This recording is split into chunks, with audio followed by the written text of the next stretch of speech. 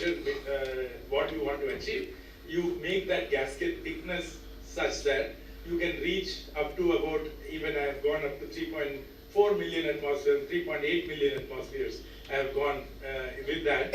And that time my sample size is only about 10 or 15 microns. And you do not have more than 10 to 15 microns of my sample itself. And the volume of material will be about few tens of microns. That is what I would actually have if I am going to that 10 process. In normal 30 or something, the dimensions will be something of the nature of 150 microns. 30 gigapascals, you can go with this one. You can see it's full of fluid inside, and you have the sample here, and some ruby fluorescence, ruby is there. The ruby is actually fluorescent material. It gives you a red fluorescence which shifts with pressure. So when you measure the fluorescence of the ruby, you can exactly know what the pressure of the sample is inside this. And that is why we know accurately what is happening to the system. You can simulate it very nicely. And general liquid is used for 4:1 methanol-ethanol, which is the ratio which is used up to 10 to 15 gigapascals. It is actually hydrostatic. While if you want to work with a larger hydrostaticity, you work with gases like neon or argon filled inside this, and that can be also done. In most of the synchrotron, you can actually load it with a gas into this system. So basically, we actually use high pressure in multiple ways. There can be different ways to apply pressure. This is a lever arm principle, which is actually very easy. This system, you put a screw and tighten the lever arm. It's like a scissor.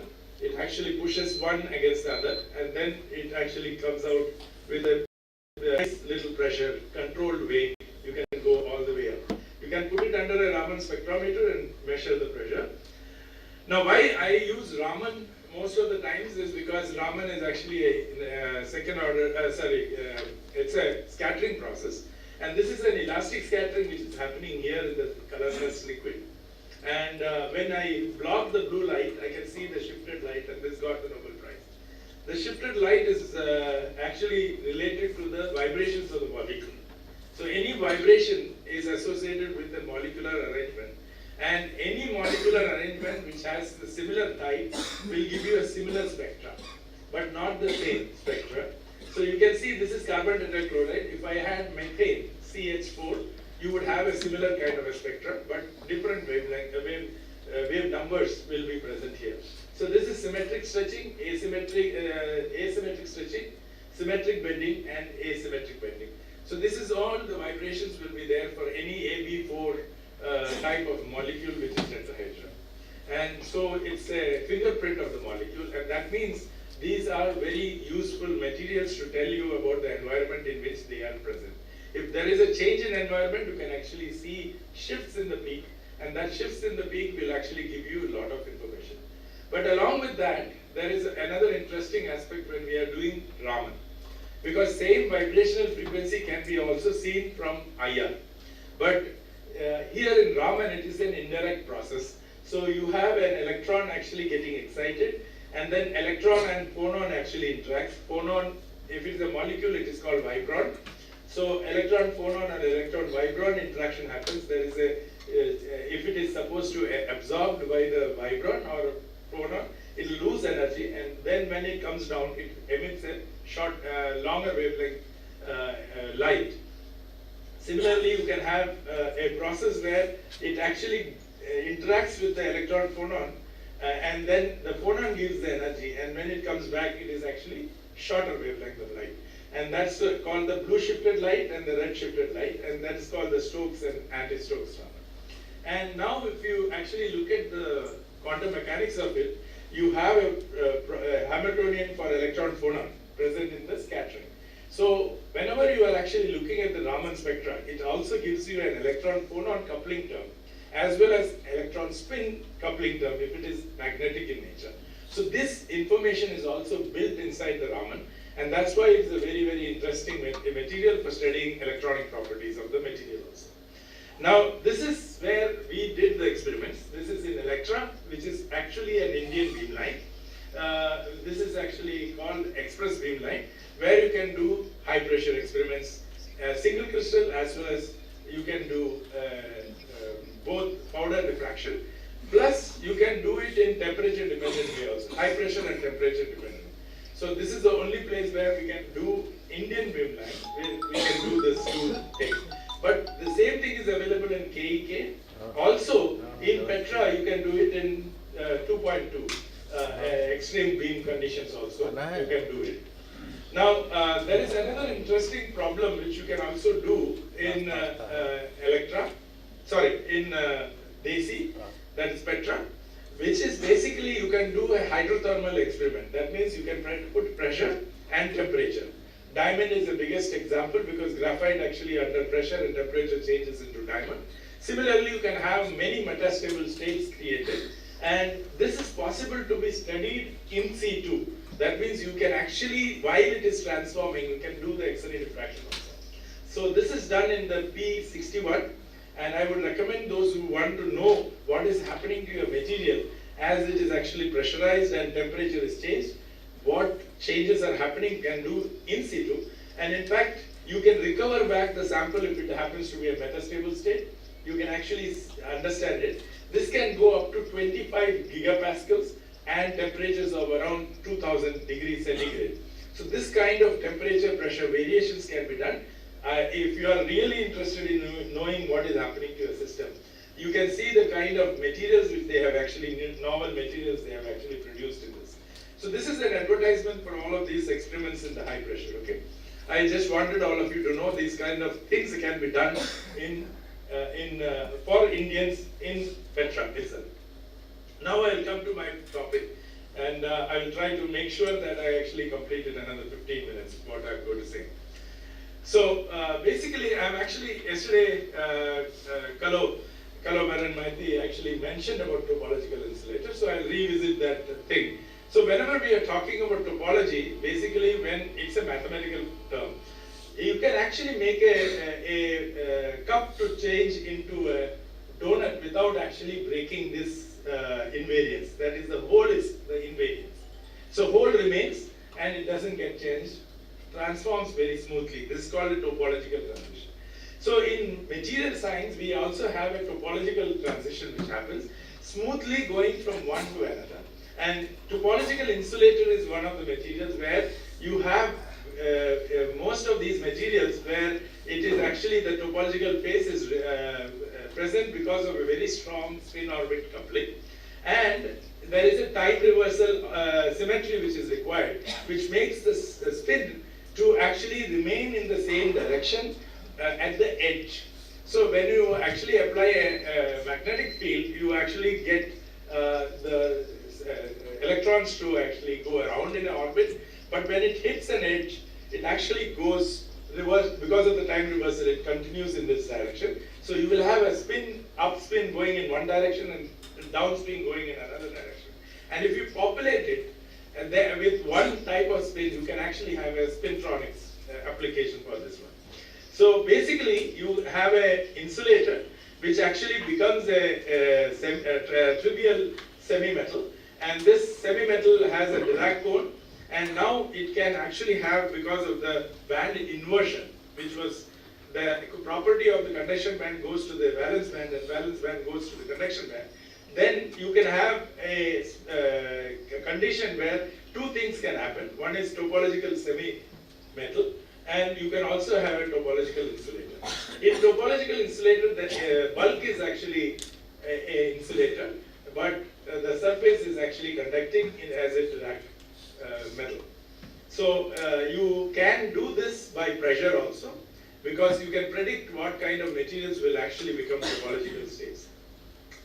Theoretically, you actually find out in your band structure the time reversal invariant momenta present in the system. That's called the Z2. It's a product of all the parities and in the Brillouin zone. And there are certain invariant terms which are nu 0, nu 1, nu 2, nu 3. And you can see a normal insulator, all of these things will be 0.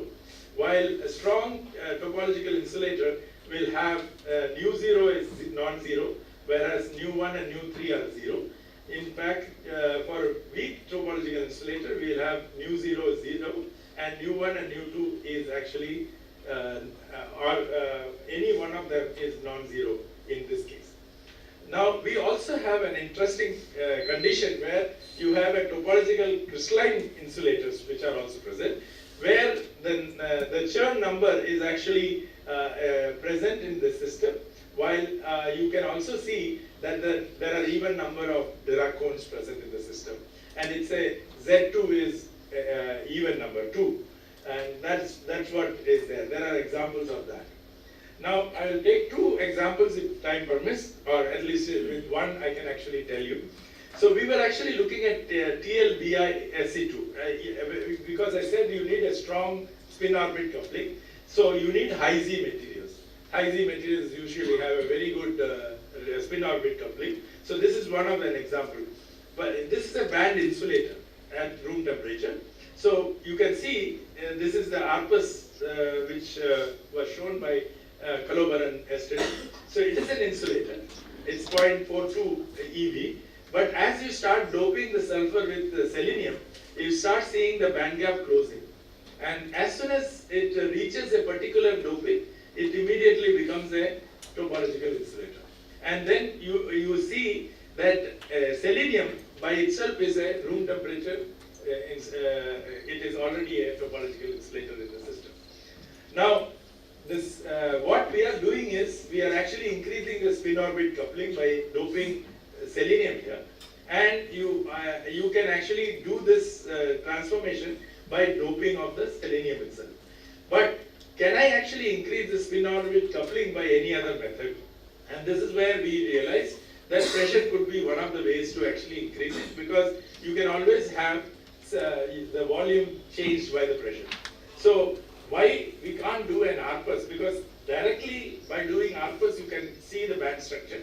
So with that you can actually unequivocally prove that there is a topological transition.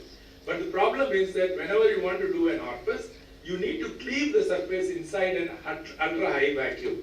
And that is not possible inside a high pressure cell, because you already have a liquid around it. So you cannot do an ARPUS in this system.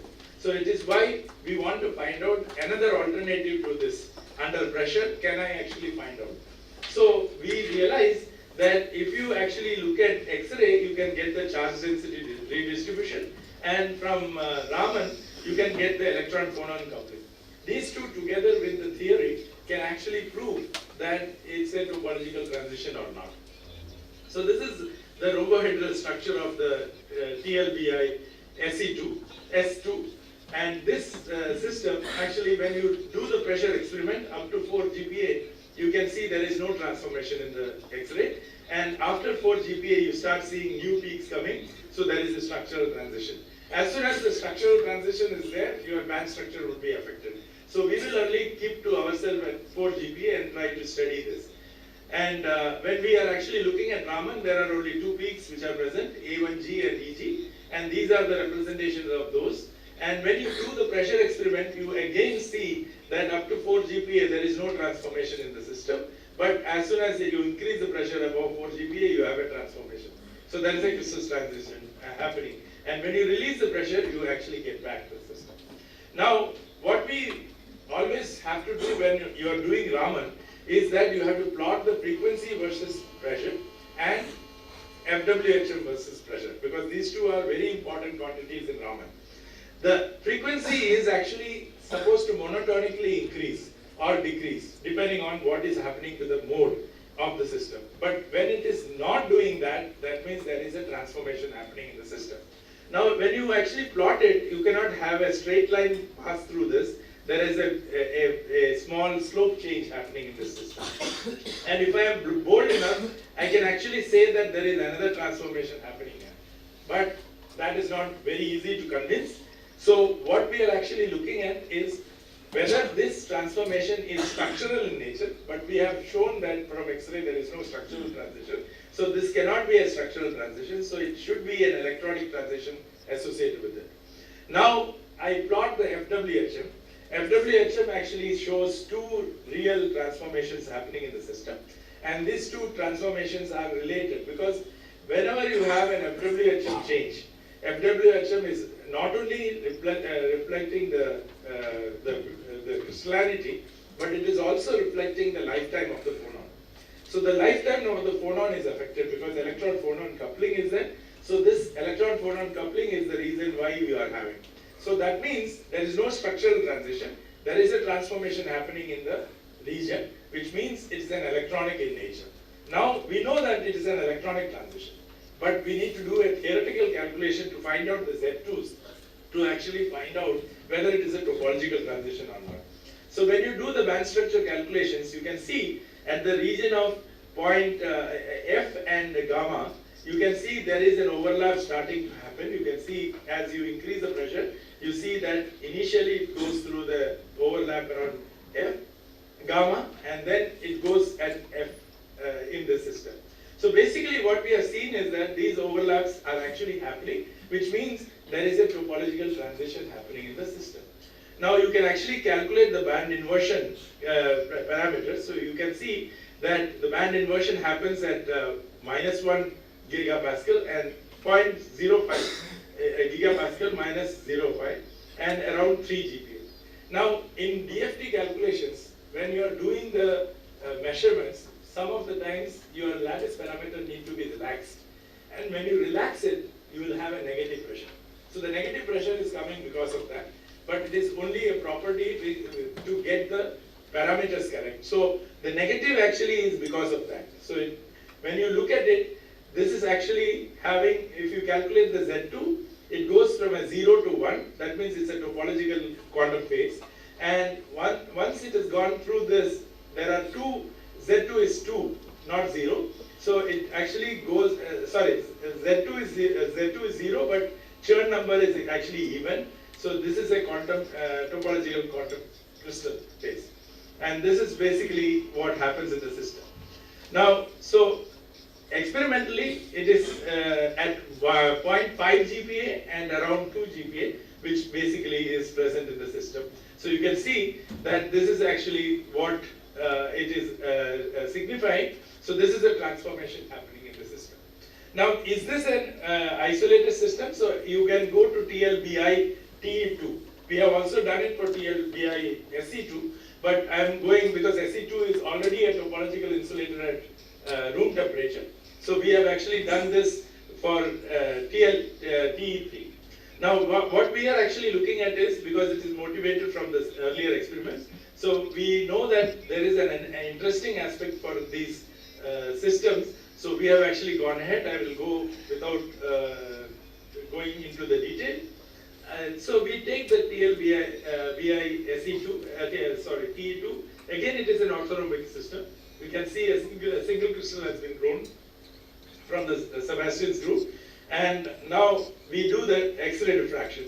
Now, interestingly, in X-ray diffraction, again there is a phase transition around 7 GPa, and there is a new peak which is appearing, and slowly after about 9 GPa, it completely transforms into that phase, and then again at around 9 GPa, you have new peaks arising, and this actually goes on together with both the phases. So basically now we can actually look at it from the X-ray diffraction itself. So there are two different phase transitions which are actually present.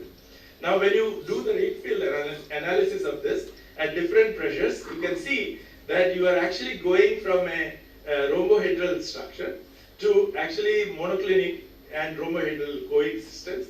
At 9 GPa it becomes completely monoclinic, and once it goes to 10 GPa, it becomes cubic and rhombohedral, and it remains up to a highest pressure in both the coexistence.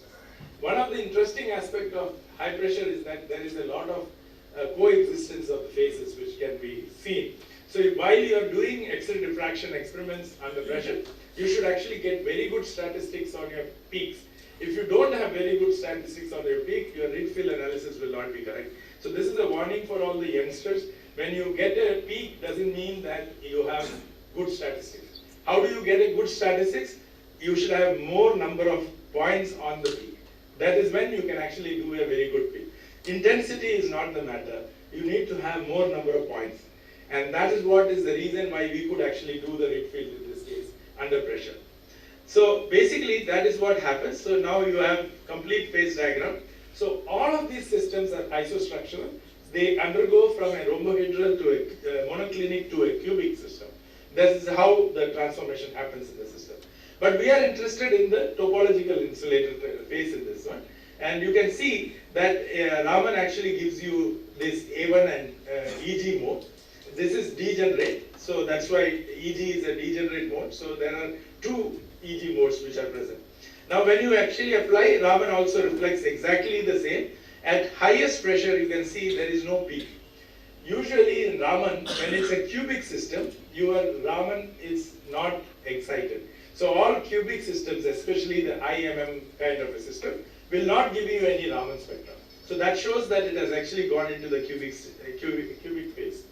So it is actually undergoing the same phase transitions in the system. Now when you plot it omega versus the pressure, you can see the transformation happening in the system around 7 GPa, which is the phase transition happening here. But when you plot the FWHM, you can see the slope changes happening at two different positions.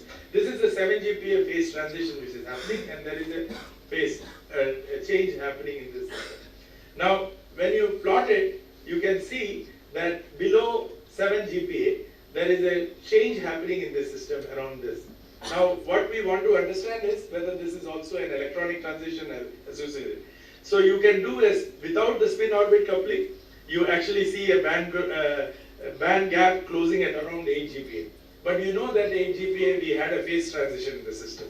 So when you introduce the spin orbit coupling, you can see that at 1 GPa to 2 GPa, there is actually a transformation happening in the system. Now you can see that the same gamma and F point, you are actually having those transitions. So now you can calculate and you can see that the same transformation is happening in the theory, that it is a band insulator at a very, very low pressure, that is below the room pressure. It actually is a band insulator, and then it undergoes a topological insulator transition, and then it goes to topological crystalline phase. So all of these systems, basically TLBI SC2, TLBI S2, and TLBI TE2, all of them have the same kind of systematics in the system. So basically what we are shown that these systems are actually having a very beautiful system of topological transitions. Now what we are also suggesting is that if you have a system which is having a similar structure, you can actually generate by strong spin orbit curve. You can generate new topological phases. From this experiment, we have actually motivated more number of materials to come out as topological insulator. The idea is that when you have more topological phase transition and topological crystalline phase transition, you can have very good thermoelectric materials. You can have very good possible spintronic materials, which can be actually used in devices. So this is basically what the pressure experiments actually show.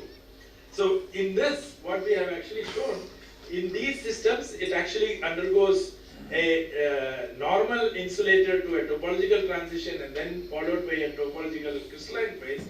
And once this is reached, it actually undergoes a phase transition in the system. And it can actually go into a monoclinic state and a cubic phase as you apply pressure. So this is what basically we have actually shown. And if you have a material which is already in the monoclinic phase, that means it will not be topological insulating phase at all. So this is what comes out from these experiments. All these experiments were possible because of these three students in the latest version of them. Anjana finished the latest. Rajaji was the before that, Janaki was before that, and Rajaji before Janaki. All of them were working on topological insulators, and their work is what I presented here. Of course, I have very good collaboration in theory from Umesh's group, and Ragya has been very useful for that. And in Sebastian's group, I actually had a very strong interaction with Ashutosh. Both of them are actually now abroad. And Umesh and Sebastian have been a very good collaborator for me. Of course, in Electra, I always strongly connected to Bobby for many, many years now. And of course, Ershad joined about 4 years back, and we are having a very good collaborations there. Of course, IAC should be thanked for Electra because DD used to take care of it for a long time, and they have done a wonderful job with DST, and JNCSR always has helped me in actually getting the funding done, as well as now with Petra, I can actually get a lot of things done through this. Thank you for your attention. Thank you. So now the floor is open for discussion. Yeah. So the very first beam size is typically much larger than the happy beam. No, it has to be smaller than the It gas. has to be smaller. Yes. Otherwise, you'll get gasket peaks. You should have much smaller. So in general, in Electra, we have 80 microns to, we can go up to about 50 microns as the size. In case of Petra, you can actually go up to 25 microns. KK, we have reduced it to about 70 or 80 microns. But that is not yet a very good beam. But with Pinku, who was there as a postdoc of mine, we actually have collected very good data from him with using Pelagus in KK. And we have reduced it to up to 80 microns using lensing system. And I'm not very happy. I only set it up completely. But I would like the beam profile to be a little more better. It is actually a very wide beam. So I've been asking the next development in KEK, when it happens, it can be actually shrunk better. With the other Petra as well as Electra have a monochromatic beam where they actually use the focusing beam. So that focusing beam is there. So that makes it much more tighter. Whereas in KEK, it is a platter. So it actually cannot get into a small spot size. That is the problem with that. But still, we have managed it. It is working very well. Sir, on slide. Sir, I have a very general question. Yes. When you apply the pressure, the lattice parameters are changing, right? So that means your crystal electric field also be changed, right? And Yeah, electron density will change. Definitely. yes, so by changing pressure, you basically, you kind of mean that you are changing the environment of certain atoms and all that, right? But it will be actually, all atoms will be compressed, right? Right. So all the, if the crystal structure doesn't change, only the lattice is changing. That's all. So electron density changes, that's how the calculations are done. The band structure remains the same. It won't change. Only if you have a phase transition, then your band structure will completely change. Electronic structure will change completely. Otherwise, it will exactly mimic. It's just the lattice is shrunk. That's all. Let's say you have a material where the spin-orbit coupling and crystal electric field are competing with each other. Suppose. And then this kind of experiment will be much more, helpful to. Yes, absolutely. You can actually decipher both of them. If their pressure dependence is different, you can actually delineate both of them and then know how much of contribution is there. And that's the whole point in high pressure experiment. That you can actually pick up different components of it and you can model it very nicely. Because here there is nothing else changing. So modeling becomes very easy. And you can actually simulate exactly what is the condition happening inside your experiment. Yes. Somebody else was asking. Sir, on slide 24, you calculate Shur number. Huh? Shur number. Shur number, yeah. So you're done theoretically or experimentally? Shur numbers is always through theoretical. Experimentally, you can't actually determine. Using Raman or X-ray, you cannot do that. You have to do theoretical. So basically, what I am telling is that ARPAS would have been the right way to do it. So by ARPAS we can calculate. Yes, all of these things. Experimentally, you will know, no? Because the overlaps are very easily modelable. So you can exactly know how much is the Shur numbers and all those things. It's very easy because you are exactly seeing what is happening to the band structure. So you will get it experimentally. But the problem with ARPAS is that you need to do it in ultra high vacuum and with cleaved surface, because whenever you are actually having a system, you have to first cleave it, because if you don't cleave it, it relaxes back again, so the band structure gets modulated. So always whenever you are doing an ARPUS, you actually take it into an ultra high vacuum, then clean the surface, and then you do the ARPUS on that. And that's how you do it. But in high pressure, it is impossible because you have to have a hydrostatic fluid around it, and you can never cleave anything inside the high pressure. So that's why we need to find out an indirect method of doing it. And that's what the indirect method, what I am showing is, from Raman I can see if there is a strong electron-phonon coupling, that means it's an electronic transition happening. And from X-ray, prove that there is no structural transition happening around that. That means the band structure remains the same. And then you actually do the theory. And that's how we actually prove it. Hello, sir. Yeah. In slide number 30, you said that you have enough number of counts for calculating intensity. So how much? No. Actually, intensity doesn't mean anything. You have to have number of data points on the peak. Yes. Yeah. So when you actually do that, that is when in high pressure, one of the major problems is that your sample size is very less, right? So it's very difficult to do a read field. You see the data points now. Sorry, this is number. If you look at this, you see the number of data points which is there because you are doing a minimization, right? So error minimization you are doing. So when you are doing that, you have to have a very good statistics on this peak. If you don't have a very good statistics and if you don't have a nice number of data points on this, you will not be able to do a read field. So sir. Especially multi-phase. So sir.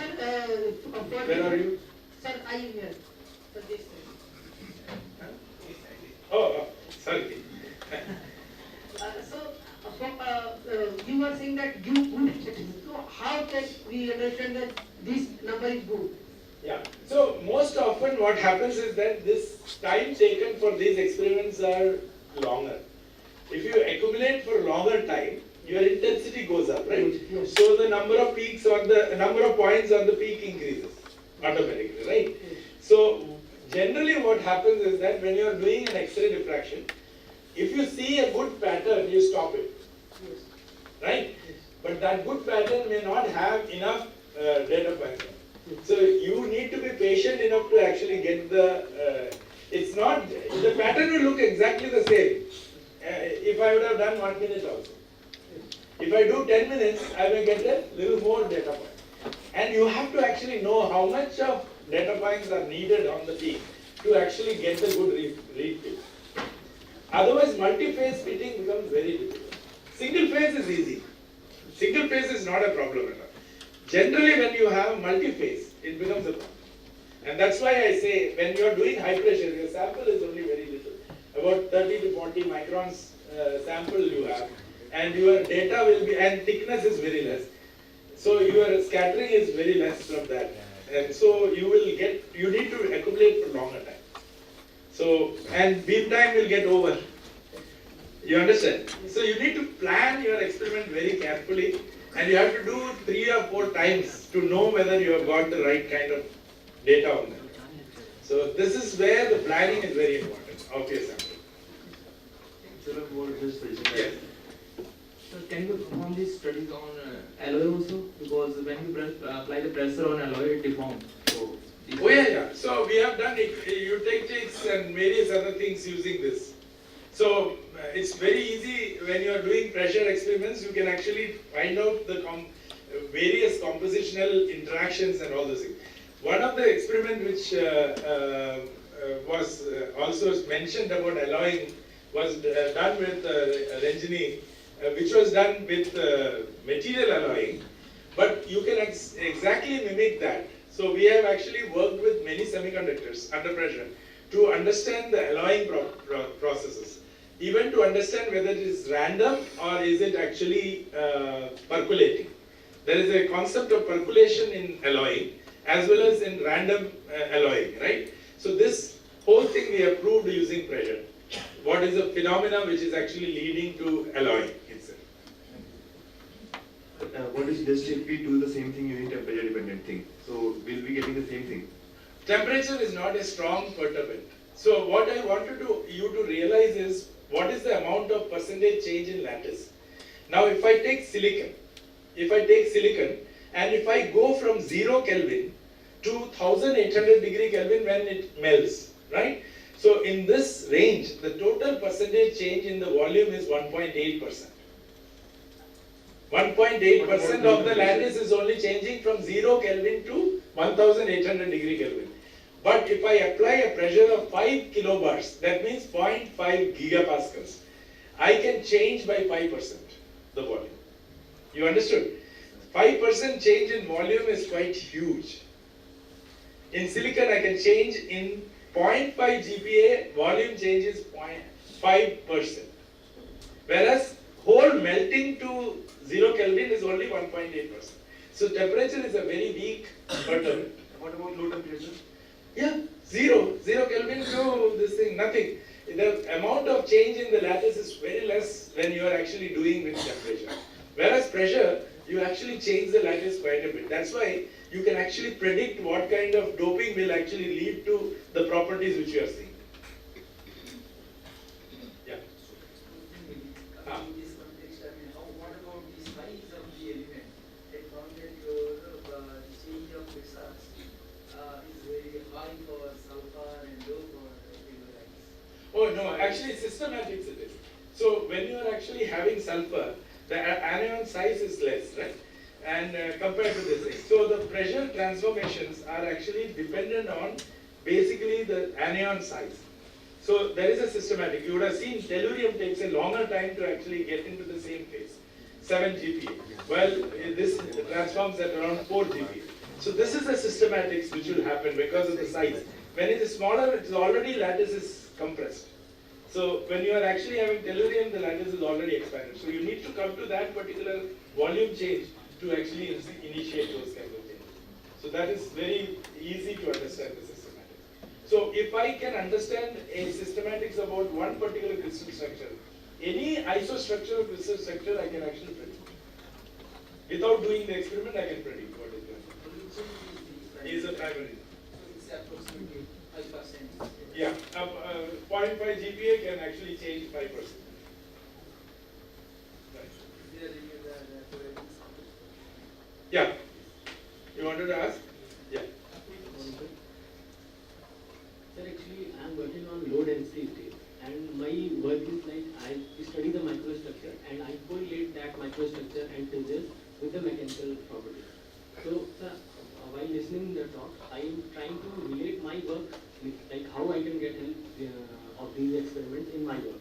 So, sir, there are around 5 to 6 phases formed in my material, but one phase is there called hexaferrum, which is formed while the application of pressure. So, sir, I have two questions there. The first one is like how this experiment can help me in identifying that particular phase hexaferrum, because sir, it is not stable at that pressure. When the pressure, when I remove the pressure, the phase may automatically get changed again. So I want to know like what features I can know more with this experiment. And second is sir, how this pressure they are applying, like this, is it a constant pressure or you can vary the pressure? I would suggest you to Yeah. So you can discuss further, but I will just give you information. This is static pressure. Okay. That means when I apply pressure, it remains in that pressure. So all the measurements are done in the static pressure. There is no change in the pressure. It's not dynamic. So basically, you can do and measure everything in that particular pressure. And so we cannot apply dynamic pressure also, right? Dynamic pressure is there. That's called shock. Okay, sir. So my example for a shock is if I slap somebody, that's a shock. Because when I actually slap, not only the pressure happens, the temperature increases. Right? It actually gal ho jata. So that is shock. So whenever you are doing a dynamic pressure, the temperature increases. Okay? So that's called explosion, implosion. That's why I was asking the same question to Ujjwal yesterday. Implosion is nothing but when you are actually compressing suddenly or expanding. Not only your pressure changes, your temperature changes. And it cannot be simulated by a static experiment. You need to do a shock experiment. Good. Thank you. Yeah. Is there any chance of diamond breaking while in Not at these pressures. If you are a bad student, yes, you can break the diamonds. Because one of the important thing you should understand is diamond can only break by diamond. If my two diamonds touch each other, it will break. So what I have to do is, like husband and wife, keep them away. Right, I'm sorry, bad example. Yeah, so it can break, definitely. You can break, but you have to bring two diamonds against each other. If you touch two diamonds against each other, it will break. Yeah. Thank you. Professor Chandravas. Now I request Professor Meti to present a memento to Professor Narayana.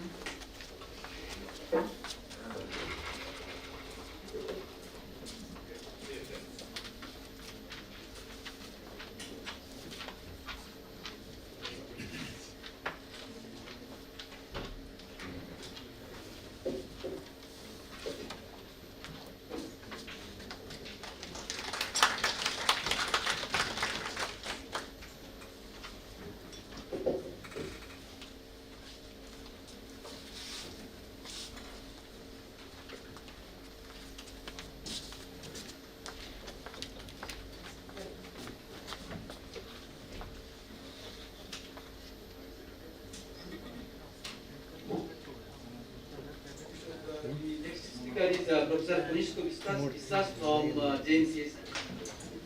Thank you so much, Chairman. So I would like to thank, first of all, IIT BHU again for hosting this, and especially Sanjay for doing all the works. And I will also thank like my previous principal coordinator Chandravas, who handed over this responsibility to me in 2019. And of course, I thank DST, Dr. Mohantiji, Poonam, for helping all the things.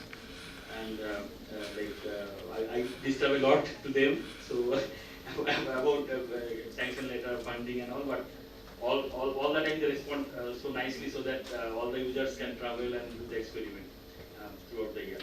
So with this, I'm going to talk about my own research and also a technique called synchrotron X-ray pair distribution function. So today I'm going to talk about this emphanesis. So this is a Greek word. Okay. So emphanesis meaning like something very, very unusual from nowhere, and how it relates to local off-centering of atom. So basically, we are going to measure a angstrom level off-centering of atom in a crystal lattice, which is not possible without synchrotron. And Desi has the like synchrotron X-ray energy, where we can do the synchrotron X-ray pair distribution function analysis. We can do the experiment up to 60 keV. So this is extremely important, which cannot be done in laboratory sources. So, and the motivation to study this emphanesis is basically understanding the thermal conductivity of material. So I think all of you know in this room, thermal conductivity is basically ability of a given material to conduct heat. And this heat can be conducted either by charge carrier or by the phonon. So the first part of the thermal conductivity is basically the electrical part of the thermal conductivity, which is nothing but basically how a charge carrier carries the heat, and it is directly related to electrical conductivity by famous Whiteman transistor. Whereas the lattice thermal conductivity has been written by this equation, where 1/3 volume heat capacity, sound velocity square, and the phonon relaxation times are there in this equation. So, and this is fully related to the how phonon, and which is nothing but the quantized lattice vibration, moves in a solid. So there are two types of phonon. So one is acoustic phonon, another is optical phonon. So in a one-dimensional lattice, when all the atom vibrates in same direction, it creates the acoustic phonon, and this is nothing but the sound wave in a solid. And this acoustic phonon is mainly responsible to conduct heat in insulator. And optical phonon generates when the atom vibrates in different direction and creates dipole moment or polarizability, and this optical phonon can be tracked by spectroscopic techniques such as Chandravas, Raman, or IR, or terahertz spectroscopy. And generally, to decrease the thermal conductivity, we have to scatter this acoustic phonon. So that means we have to scatter the sound wave in a solid. How to do that? So can we decrease the energy of this optical phonon and touch the energy of acoustic phonon so that it suppresses, and you actually suppresses the acoustic phonon. So that is basically, can we have a hybridization between optical phonon and acoustic phonon? So that's the idea. Can we have it in different means? So So if one measures thermal conductivity for a crystal at very low temperature, such as up to say 2 Kelvin, to say up to room temperature, they should see this behavior. For example, at very low temperature, you will see a rise of thermal conductivity, lattice thermal conductivity, which is directly proportional to the temperature dependence of Cv, which is Tq. So it should follow Tq, then saturate, and then there will be a fall, which will be 1 by T dependence, which is nothing but the Umklapp process. So how phonon actually scatter and decrease the thermal conductivity of material. So this is a typical behavior one should observe in a crystal. It measures the low temperature thermal conductivity. And this thermal conductivity, lattice thermal conductivity, can be written by this equation. So I will simplify it. The first part is basically this TQ part. You can see this is the rise. And the second part is basically integration of all relaxation time. So different phonon scattering processes. So phonon can be scattered by Umklapp process. One phonon will interact with another phonon, and this phonon scattering processes happen. And if it is a polycrystalline material, you will have a boundary scattering and defect scattering, and also there are different kind of other scattering. So those can be integrated up to the Debye temperature. So Debye temperature meaning the temperature at that point all the phonon modes are excited. So this phonon density of states all are populated. That's been the Debye temperature. So for example, then for a single crystal, these are switched off boundary and point defects. So we have only the 1 by T dependence, which is the Umklapp process, and this is the low temperature per Tq. So this is a Debye-Callaway model. So now by doing this measurement of low temperature thermal conductivity, one can differentiate between a crystal and glass. For example, for a crystal, I told you the behavior Tq dependence and then Umklapp peak and then 1 by T fall. But for a amorphous material, you can have this kind of plateau kind of thing at mid temperature, and we will not have the Umklapp peak, and low temperature Tq will be deviated to T square or even lower. So this is the typical thermal conductivity, lattice thermal conductivity for amorphous material with a much lower value, and crystal will have much higher value with a typical temperature difference. So one can actually differentiate. So now it would be very interesting for many other applications if we have a glass-like thermal conductivity or amorphous-like thermal conductivity in a crystal. So there are examples from our group as well as groups in different parts of the world, but those are very rare. So the thermal conductivity, studying thermal conductivity is a very vast field of research. So there are two extreme regions. So one can have ultra high thermal conductivity where the values are touching around 2000 watt per meter Kelvin, and this kind of value has been observed in diamond, boron arsenide or silicon carbide type of material, where this high thermal conductive material are extremely important for thermal energy transmission, heat dissipation and semiconductor electronics. So semiconductor mission or semiconductor electronics, extremely high thermal conducting materials are required so that it can dump the heat from the circuit to outside. Okay, and you can see the material I named, diamond, boron arsenide, silicon carbide, all are having very strong covalent bonds. So bonds are very tight. So vibrating them is extremely difficult. So that's why the phonon velocities are extremely high in this material. So they have very high thermal conductivity. And as a chemist, I like to understand the chemical bonding. So their bonding are strongly covalent because this is a tetrahedral structure. So now the another extreme is basically low thermal conductivity, which is extremely low thermal conductivity. The values are around 0.5 watt per meter Kelvin, and these values I showed 2000 watt per meter Kelvin.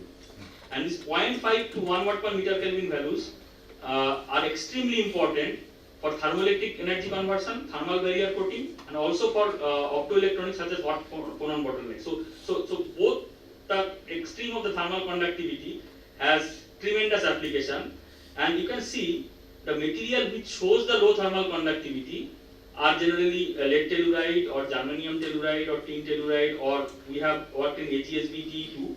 Those are all octahedral coordination, which are having weaker covalent bond. So that means bond lengths are slightly longer than the tetrahedral because it's a slightly bigger space, right?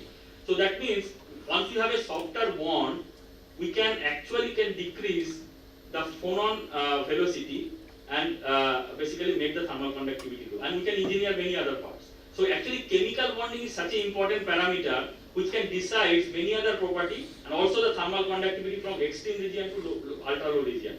So this is the point, and eventually these kind of chemical bonds like this octahedral geometry, metal tellurides bonds are not even covalent, slightly deviated from covalent, which are nowadays called metavalent bonding. And myself and Chandravas worked in this direction. Recently we have published an important paper to understand chemical bonding under pressure. So I'm not going to tell the story as Chandravas mentioned about the pressure. So now engineering thermal conductivity is extremely important, where hidden structure plays a very important role. So basically in a crystal lattice, if we can actually break the local crystal symmetry in a local region, so those will be the phonon scattering pockets, and we can decrease the thermal conductivity. But probing those hidden structural asymmetry is impossible by lab X-ray techniques or lab diffraction techniques. So how to do that? So and why the normal crystallography fails to understand that, and what is hidden structure first of all. For example, this is like kindergarten students. They are sitting in a class.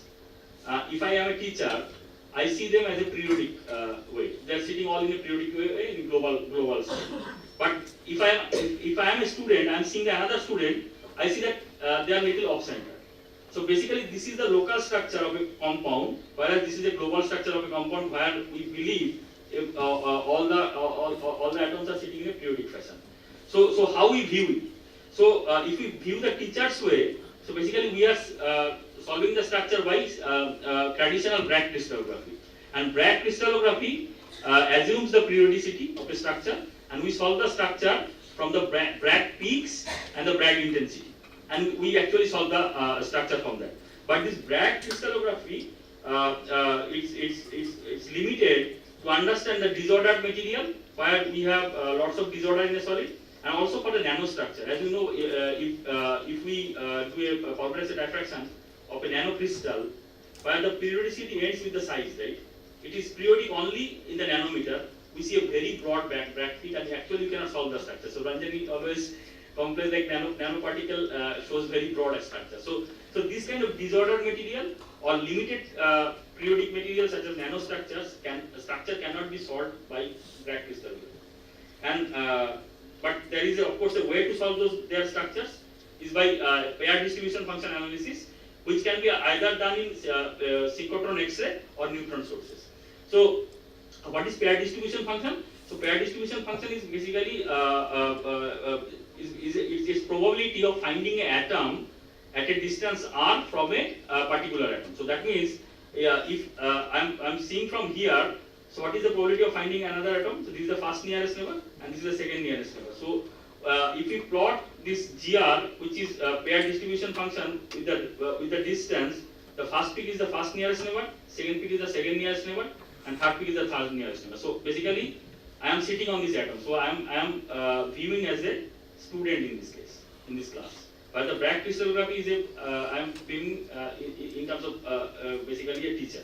So this is a typical analogy I can give here. But how to get it done experimentally? So these plots I think we have seen in like statistical mechanics classes in either in BSc or MSc. Like we know about radial distribution function, right? So this is similar. This is also pair distribution function. So how to get this thing experimentally? And this crystallography actually is a total scattering technique where we solve the Bragg peaks as well as the diffuse scattering. So diffuse scattering is extremely important in this case. And it follows again Bragg's law, but it follows the total scattering. Bragg plus diffuse, please remember this. And how we can do this? So basically in a very high energy synchrotron, we get this intensity IQ, and then we reduce to structure factor SQ, we normalize that, and we do the Fourier transform. And then we get this GR versus R. For example, this is the SQ, and you can see this is a sharp Bragg peaks, whereas this is the diffuse region. And this diffuse region has a lot of information about bond lengths. So we actually can get bond lengths where GR versus R and higher order R, basically we actually get the information of the longer periodicity. So we get both local structure and the global structure by this technique. So this is a very, very powerful technique. So, and if you have GR versus R, you get bond lengths, area under the peak, you get the how many nearest neighbors are there, and of course you get all the crystallographic information, what you get from liquid refinement or single crystal diffraction, atom position, atomic displacement, chemical order, and chemical composition. So this is extremely powerful, but you need to have a synchrotron source to study this. So this is a typical data of a rock salt tellurides, what we have collected from Petra 2.1 beamline. So this is a specialized beamline for this X-ray PDF, and so we are user of that beamline. And you can see this is GR versus R, and this is the rock salt structure. So the first one is basically first nearest neighbor, that is the cation-anion distance, and second is the cation-cation distance, and this is the anion-anion distance. So you get all the bond lengths, and over the longer period, you get basically the overall structure of this compound. So then the problem I'm going to deal today is basically I told you emphasis. So in the I think all of you know the conventional structural evolution. The structure, if you hit the any compound, it always goes from lower symmetric to higher symmetric structure. So if you consider temperature as a parameter. So, but in emphasis, the structure goes from a higher symmetric to lower symmetric structure in warming, which is extremely unusual, only observed for few solids, like not even 10 solids or 15 solids in the world till today. So I'm going to show you some of the examples, and those can be actually proved by X-ray pair distribution function analysis. So this was first observed in lead telluride in the science paper by the phenomenal work by Simon Billings, Mercury Khanadis, and Nicholas Corning. Those are the leader in solid state chemistry and solid state physics field. So they showed that this GR versus R peak, they did temperature dependent study from 50 Kelvin to 500 Kelvin. The peaks become broader and asymmetric. So that means PBT bond length actually goes from a like one distance to bimodal distribution. So there are two PBT bond distances. That means in octahedra, cation to anion distances, 6 distances should be same. But they are seeing a double distance, and they have estimated the off-centering of the PB, which actually off-centers, and the off-centering increases with temperature. So this is the first example how the symmetric octahedral local structure distorts with temperature. So this is basically local structural distortion with temperature. Generally, if we heat it, the structure should go to the rock salt structure. But actually, rock salt structure is getting deviated, and they termed it the term emphasis first time, and that has a tremendous impact on the thermal conductivity. Because local structure is disrupting, so the phonon scatters tremendously in this material and decreases the thermal conductivity with temperature, in PBT particularly. So then, what we want to study is in this class of compound, 1562 compound, because this class of compound we started working as soon as I joined JMC around 2012, and there are several compounds. So one is basically one can have silver, copper, or sodium. 5 is antimony or bismuth, and 6 is one can have basically sulfur, selenium, and tellurium. So Chandra was presented one class, thallium via Ac2. This is also the same class compound. And this today I'm going to talk about one compound studying AgSb Ac2. And actually 3 PhD student has done PhD in this class of compound from my lab, and one more is doing. So we also do other work, but this is one of the class of compound we are sticking till today. And so and we have seen a very high ZT in AgSb Te2 by cadmium doping, which we have published in Science in 2021. So today I'm not going to talk about that, but I'm going to talk about AgSb Ac2. While you can see this Ag and Sb is disordered in the sodium position. This is rock salt structure, and selenium sits in the selenium position. So basically, this is again a octahedral structure with a cation and anion distance supposed to be same. Then this compound, this compound has been studied by Moinak Dotto, who joined Tata Steel because he left academic and gone to the industry. Although he has done fundamental work, so people can deviate. So it's not a big issue. So the thing is that you can see the total lattice thermal conductivity. It starts with a low value, which is deviated from TQ. The Umklapp peak is missing. You can see a plateau and slowly goes to basically the glass ring, which is basically it shows a glassy thermal conductivity. But you see the black peaks. This is extremely crystalline material. How we can explain this crystalline material shows glass-like thermal conductivity. So this is a surprise to us for many years. For 3 years we didn't understand like how to explain this. So then what we have done, we have done first phonon dispersion calculation with collaborating with Professor Umesh Bagmare from JNCSR.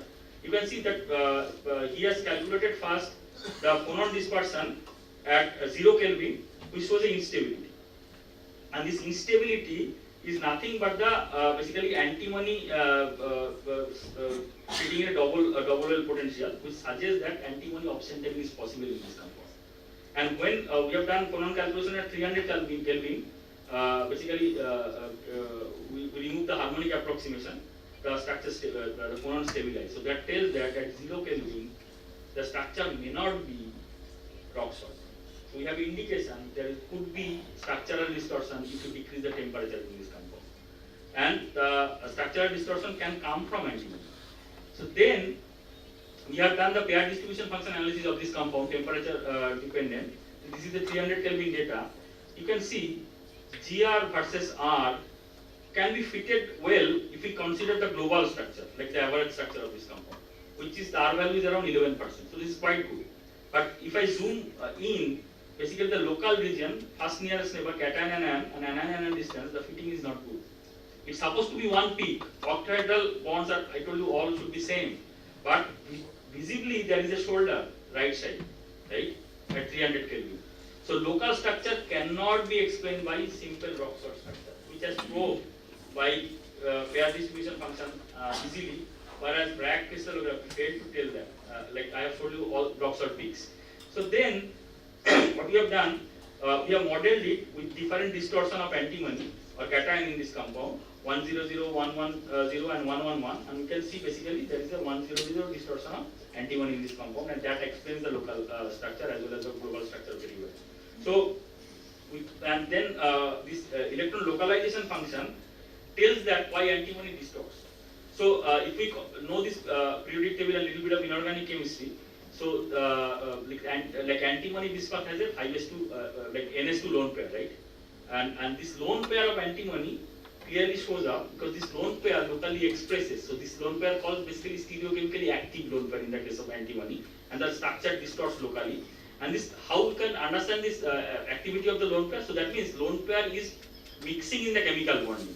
So lone pair is basically interacting with selenium P. So they are forming generally a anti-bonding band in the valence band. So this is the valence band electron dispersion, where you can see the lone pair is participating in the bonding. So that means it is directed towards selenium P, and this direction has been given by this arrow. And this is the chemical region why this compound shows local distortion, and this can be explained by X-ray pair distribution function analysis, and that explains it creates basically phonon scattering pockets which are randomly distributed in this solid but could not be picked by Bragg crystallography, and that gives rise to glassy thermal conductivity in this compound, although this is a crystal. So this is globally periodic structure but locally disordered structure. So that's the meaning. So that's why we see glassy thermal conductivity in a crystalline lattice, and this is a very rare example. So then we complicated the system by creating a new compound. So this is new compound we synthesized first time, AgSnSbAc3. So basically what we did, we made a mixture of SnSe and AgSbAc2, which is nothing but triple cation disordered sodium chloride structure, while we can have in the sodium position Ag, Sn and Sb, and selenium position is basically in the case of chlorine. So basically, and then what is the motivation of studying this compound? So so this local disorder actually entropy driven, right? So that was also proposed by the science paper by Simon Glynn, if you see the title of the paper. So can we increase the entropy? So basically we have increased the entropy in the cation position. Okay. So and we wanted to study this possibility of this local distortion in this compound. But see, we have studied many compounds, we have many failures, but I am only giving the success stories. So this is one of the success story. So where you can have basically and of course this compound shows very very sharp Bragg peaks. So this is again rock salt structure, and you can see the thermal conductivity of this compound around 0.35 watt per meter Kelvin. And again, this work has been done by Moinak, his PhD thesis work. So this compound shows almost amorphous limit of the thermal conductivity, but it is crystalline, which is again a surprise to us. And again, what we do, like we collaborate with Umesh, like almost like now 13-14 years. And this phonon dispersion is basically very interesting. You can see this acoustic modes, and these acoustic modes are suppressed by the optical modes, as I said in the introduction. So these optical modes, some of the optical modes is over-damped. It comes up to 4 centimeter inverse. Can you believe? Basically 4 centimeter over-damped mode, and this is coming from the selenium vibration. So we have indication selenium can disrupt the lattice in this case. So, and selenium, why it can disrupt, like from a chemical intuition, how do you understand? Because selenium is 3 different cations, right? Although they are sitting in the same position. ABC cation, silver, antimony, tin. And each cation see only selenium. So selenium, there should be bonding heterogeneity because selenium silver, selenium tin, and selenium antimony distances may not be the same. All locally, but globally they are in average sodium chloride structure. So selenium should distort in this compound. From the chemical intuition also we had that idea. So we have done the pair distribution function analysis with temperature dependent from 100 Kelvin to 400 Kelvin. You can see the global structure or average structure can be explained very good by this technique, by the rock salt structure rather. But the locally this peak should be again single peak, but there is a shoulder right side at 400 Kelvin that tells that there is a local distortion. And this is visibly, we don't have to fit model for that. And you can see we have given the R value with temperature dependence, the global structure become more and more rock salt, the average and global structure, because the RW increases for this part, decreases for this part if we stick to the rock salt structure. So that means the compound become more and more rock salt with temperature, which is a normal phase evolution we know from basic course of physical chemistry and solid state chemistry. But if you see the RW for local structure, it deviates from global cubic structure, and that happens in few angstrom scale only. So that's the power of the PGF. We can probe both global structure and local structure, and that has tremendous application in the field of thermoelectric thermal conductivity, and also in basically metal halides in the case of optoelectronics. So and then we don't have to feed any model in this case. You can see this is the 100 Kelvin data, 200 Kelvin, 300 Kelvin, 400 Kelvin, the shoulder develops, keep on developing. So there is a clear case of local distortion with increasing temperature. So this is again example of emphasis we observe, because this is a temperature evolution where the local distortion actually increases. And then we see that this is selenium distortion. So we have distorted all silver, tin, antimony, and we can see the RW is lowest for the selenium. So we believe the selenium is distorted in this lattice, and we try to determine which direction selenium is distorted. So this is 100, 110, and 111, and you can clearly see the RW is lowest for 111. So this is basically a typical rhomboidal distortion in a cubic crystal. So and if you have that, basically we will not have the single bond length, which is 2.92 solved by black crystallography, either by single crystal as well as by powder state diffraction. But PDF tells that okay, there are 2 bond lengths at local scale, which is 2.8 angstrom and 3.05 angstrom. So this kind of precision we can solve the structure at local scale. Yeah. So then we estimated that distortion of selenium with temperature. So there is a clear rise, but a small rise, and this is one of the rare example of emphasis we observed in this triple cation disorder, this compound, AGSN, SBAC. So with this, so till now I have shown all the example which is related to the thermoelectric application. So let's show something in halides, and all of you know perovskite halides are extremely important for application in solar cell as well as basically in the optoelectrons. And this is the material CS2 PbI2Cl2. This is called Rudelsdorfer perovskite halide. So I'll explain the structure, although the formula looks complex for many of you. So this is nothing but a octahedra of PBI, both the I's are there in the axial position and chlorine are there in equatorial position. And the chlorine forms a corner shared octaeder. So that makes the chain, and these are two-dimensional compound. And chlorine is smaller in size, so they form the bridge basically and form the corner shared octaeder. And these compound we have grown in the form of single crystal as well as polycrystal in our lab. And you can see the low temperature thermal conductivity, although not glassy, but very, very low in this compound. And this tells that this lattice is extremely soft for this compound, and which has a very important efficacy for that. It basically increases the electron proton coupling and many other things. So I'm not going to details for that. So then, again, we collaborated with Umesh, and we see the phonon dispersion, which shows very low energy acoustic mode and suppressed by this optical mode, which are nothing but the iodine axial twisting type of vibrations. We have identified those modes. And you can see the overdamp mode at XY brilliant zone. And you can see this mode comes down, optical mode comes down to 12 centimeter in person. So we visualize those modes, and you can see the 12 centimeter modes are basically the octahedral, like basically dynamic octahedral distortion. This is a dynamic distortion. Whereas this 25 centimeter mode, this mode, which is EG mode, you can see this is double degenerate mode, which are nothing but the shearing of this plane. So this kind of vibration actually is optical vibration, but they actually slows down the acoustic vibration of this compound and decreases thermal conductivity. So you can see this is a clear interaction between optical and acoustic. So this is a avoided process.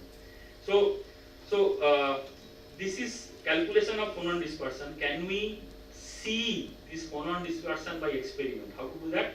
So TST supports another program which is in RAL UK, where actually one can see this phonon, and which can be done by realistic neutron stacking experiment, which is a very, very difficult experiment, takes long time.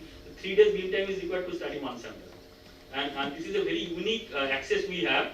So we actually calculated the phonon dispersion, and this is the experimental phonon dispersion, and we see this chlorine mode, which is 12 centimeter inverse mode. So this basically dynamic distortion of the octahedra in perovskite halide have been identified in this basically phonon dispersion, and you can actually get the phonon scattering time, which is basically one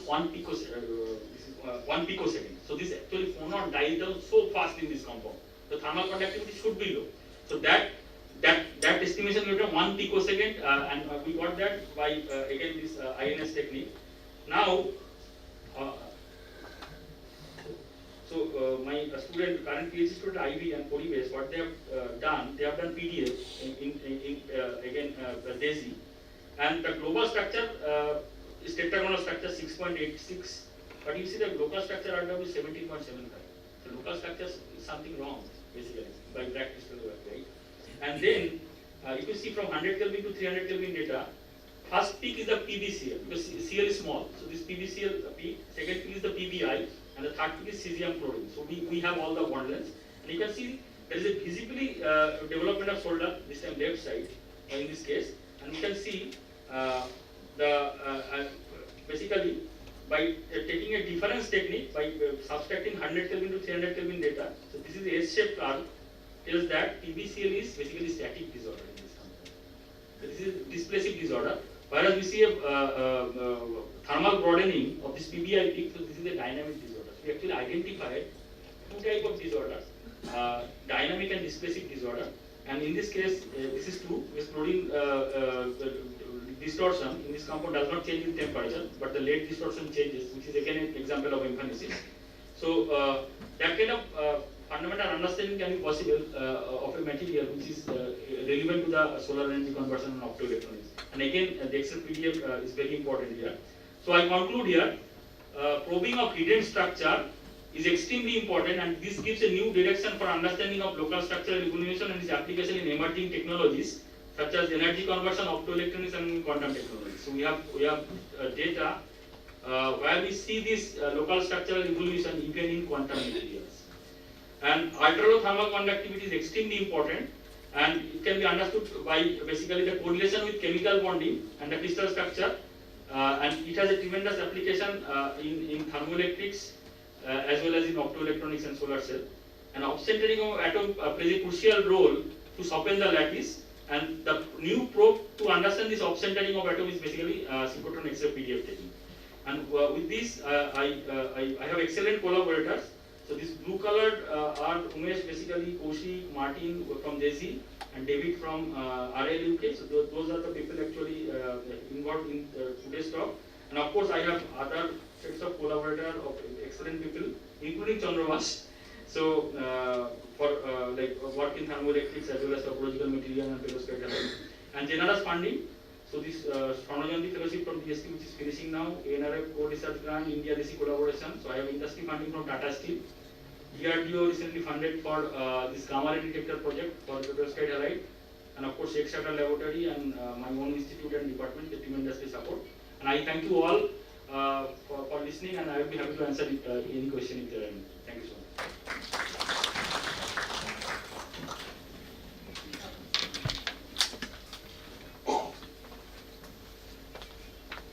So, Kanishka, two questions.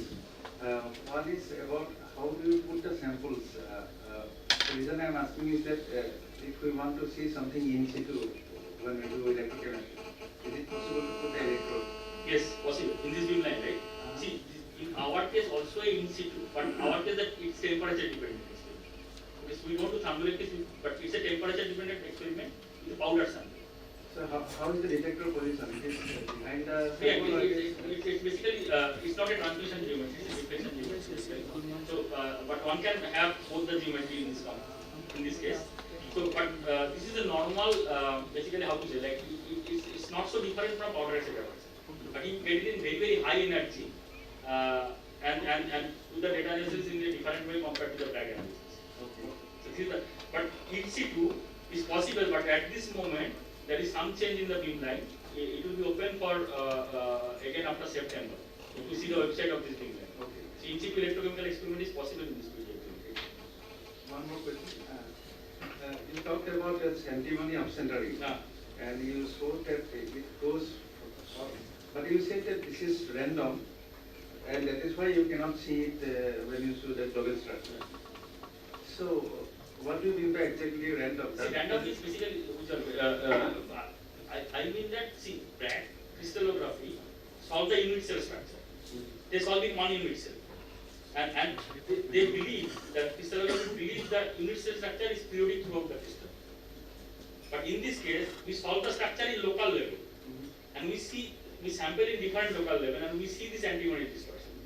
And but when you solve the Bragg structure, this antimony distortion actually die down after few basically. Die down means the direction of the antimony distortion is different in different unit cells. But there is a distortion if you solve the local structure. But globally you will not get it.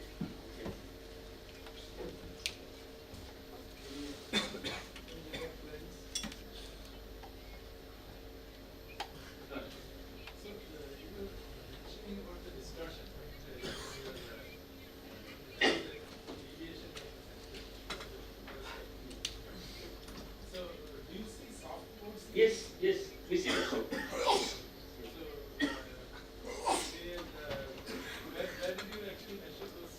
The INS, we have done it. These are the modes you see, 30 centimeter, 43 centimeters. And we see, Chandravas, you see, this is softening.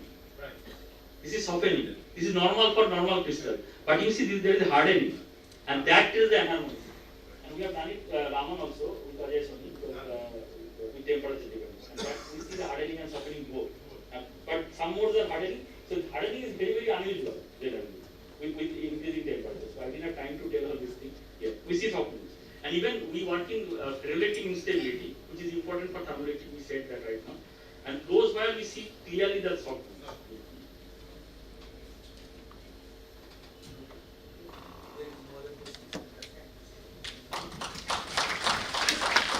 Now I request Professor Mehti to present a memento to Professor Biswas.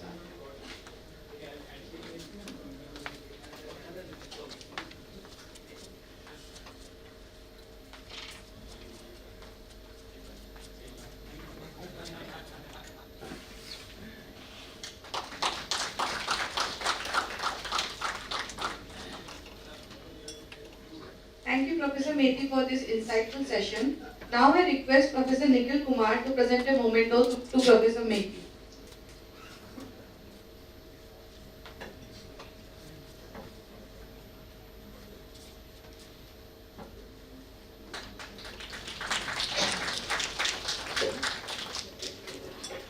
We will now have a high tea break and we'll meet at 11:20 for the next session. Yeah. So we are starting a bit early. In case of 11:30, we will start 11:20 because tea is there only. Right? Tea is outside. Oh, just outside. Yeah. So come back in 20.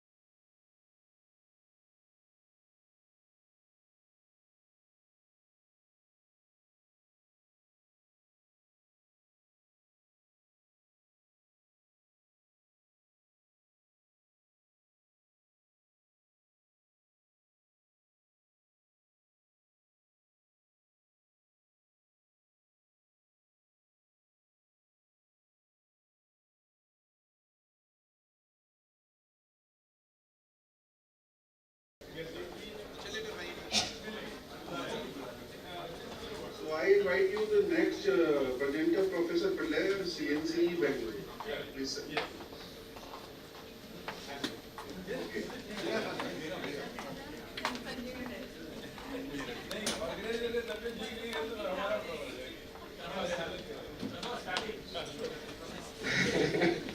Okay, so first let me thank the organizer.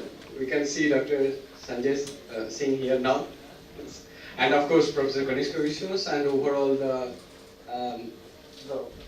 India Desi team for organizing this workshop and of course DST. So we are using synchrotron radiation for synchrotron facility for photoelectron spectroscopy as well as exams. So I'll give some examples of what are our few of our research what we have when we have used these techniques. So the title of the talk is Deciphering Structure Property Relationship through Local Atomic Structure Analysis using exams. So already in the previous talk, what Kanishka talked about is this paired distribution function to determine the local atomic structure. Okay? And I am going to show another one, which is the exams. And yesterday, Ranjini has talked about this technique a little bit. So briefly, our group, we work on halide perovskites, 2D perovskites, and ternary chalcogenides. These are the nanoparticles mostly. And very recently, from one Indo-Swedish joint project, we have started working on this urea oxidation reaction. But again, in all these cases, the focus is primarily to look at what is the structure property relationship. And in this particular case, when we are doing some electrocatalytic reactions, in situ what is happening. And that is where we can use this synchrotron technique to, some of the synchrotron techniques to see what is happening in situ. So this technique, variable energy photoelectron spectroscopy, the first talk by Professor Kalaburn Maiti, he talked about it, and Didi has explained it in detail. So let me not go into the details. The idea is that as you change the photon energy, the mean free path of the photoelectron goes up, and then you see, you can decipher different type of heterostructures. These are few of the examples what Didi gave yesterday. So we use this technique quite extensively, and we are going to use this for some of the, to study the perovskite quantum dots or nanoparticles. We know that it is, so basically ABX3 type of structure, where this A cation, we are primarily using the inorganic cesium ion, and this is PBX6, primarily we are using bromide, chloride and halide. And very briefly, these materials are very interesting because of their high absorption coefficient. They are kind of defect tolerant in nature, and that's how the quantum yield of this material can go up to very easily 90 to 95%, very high quantum yield. And that's how these are not only interesting from the perspective of solar cells, but also for light emitting optoelectronic applications. Kanishka talked briefly about this material this morning. And this can be also, the band gap tuning is very easily possible in this material. So you synthesize one material, let's say CSPB-BR3, you add some amount of, after synthesizing the compound nanocrystals, if you add some excess iodide, then you can, it basically goes to a cesium lead iodide. Or if you take the cesium lead iodide, add bromine, it can convert to cesium lead bromide. So this is typically not very usual for 2,6 chalcogenide nanocrystals. Here the reaction is happening ex situ, you don't need to provide much energy, and you see that absorption and emission spectra, they are overlapping. That means it's a bandage emissions you get in this material. So there are other interesting properties like lower exciton binding energy and post-synthesis analysis, etc. These are possible. So when we started looking into this work is in collaboration with Professor Anshuman Nag. So what we see that if we take this nanocrystal dispersion and add some passivity molecules extra, this OA zolic acid, you see that there is a change in the color.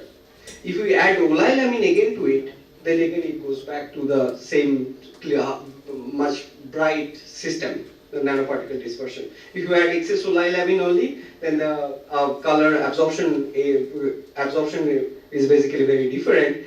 But if you add both olalamine and oleic acid, then there is not much change. So it suggests that this oleic acid and olalamine they are on the surface of the nanoparticle. Correct? So that means when we are adding these two, there is some change happening into the surface of this system.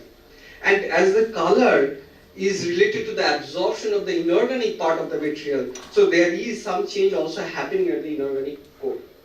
So that is so the question what it came to us that let us look at this material, what is happening. So basically layer by layer, what Didi and Didi was talking yesterday. So we did photon energy dependent XPS, and when we use very low photon energy, that means we are probing very much on the surface of the nanoparticle, we see that the bromine intensity is very high. So, so this is the ratio of the bromine to cesium and lead to cesium. Lead to cesium is almost 1 all throughout the photon energies. That means there is not much change in homogeneity in that. But when you go to very low photon energy, you see that bromine intensity is much higher. That means the surface is more bromine rich. Okay? So what eventually found that some of this olyle ammonium ion, they basically replace the cesium ion on the surface. So the surface becomes basically bromine rich. And in this way, it can probably form hydrogen bonding.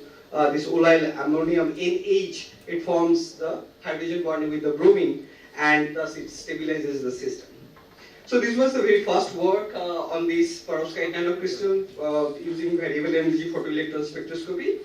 And then later, the next year, we started looking into this system that you add some amount of bromine, so you synthesize cesium lead bromide, you add some amount of lead iodide, it forms a orange color emission. So it's a mixed composition.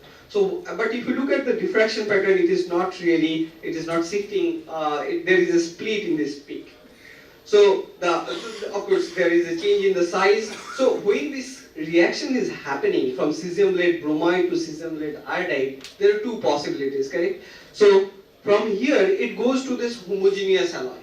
And then that's what it gives the orange color, and then eventually it goes to cesium lead iodide. Or another possibility is that when you are adding this lead iodide, then it goes primarily on the surface of the nanoparticle. And then the reaction is happening from outside to inside, and then probably there will be a very small part of the cesium lead bromide, and then on the surface is cesium lead iodide. So in this case, we do not see from the emission spectroscopy, although there are two different types of materials, correct? But the particle size is very small, so the electron and hole wave function is spread all throughout the material. You don't see separate features for the cesium lead bromide or the cesium lead iodide. So from PL spectroscopy, you cannot determine what is the heterostructure. So we did again the two different systems, partial anion exchange and complete anion exchange system. And then what we have found that this does not go through this process. Rather, so when you are adding lead iodide to this nanocrystal, it basically forms, the outside first forms cesium lead iodide type, but the inside remains more as cesium lead bromide. Before this work, there was an idea that people were thinking that this reactions probably happens through this path. And then at room temperature, we see that when we are doing this reaction, people say that the reaction is complete. It has converted to complete cesium lead iodide, but just by looking at PL spectra, doesn't move anymore. But what we found that at very high energy, 6000 eV, we find that there is some amount of bromine present in the system. That means the very core of the nanoparticle, it has not undergone any cation anion exchange. It still remains as cesium lead bromide. So this was the story about this Hug space work in case of cesium lead bromide iodide system. Then this is another work. I am again showing an example. This work is in with Kanishka's sample. They have tin telluride, antimony dope tin telluride. Let's not go into the details. What we found basically again from photoelectron spectroscopy at different photon energies, we see that tin is in oxide and tin telluride state.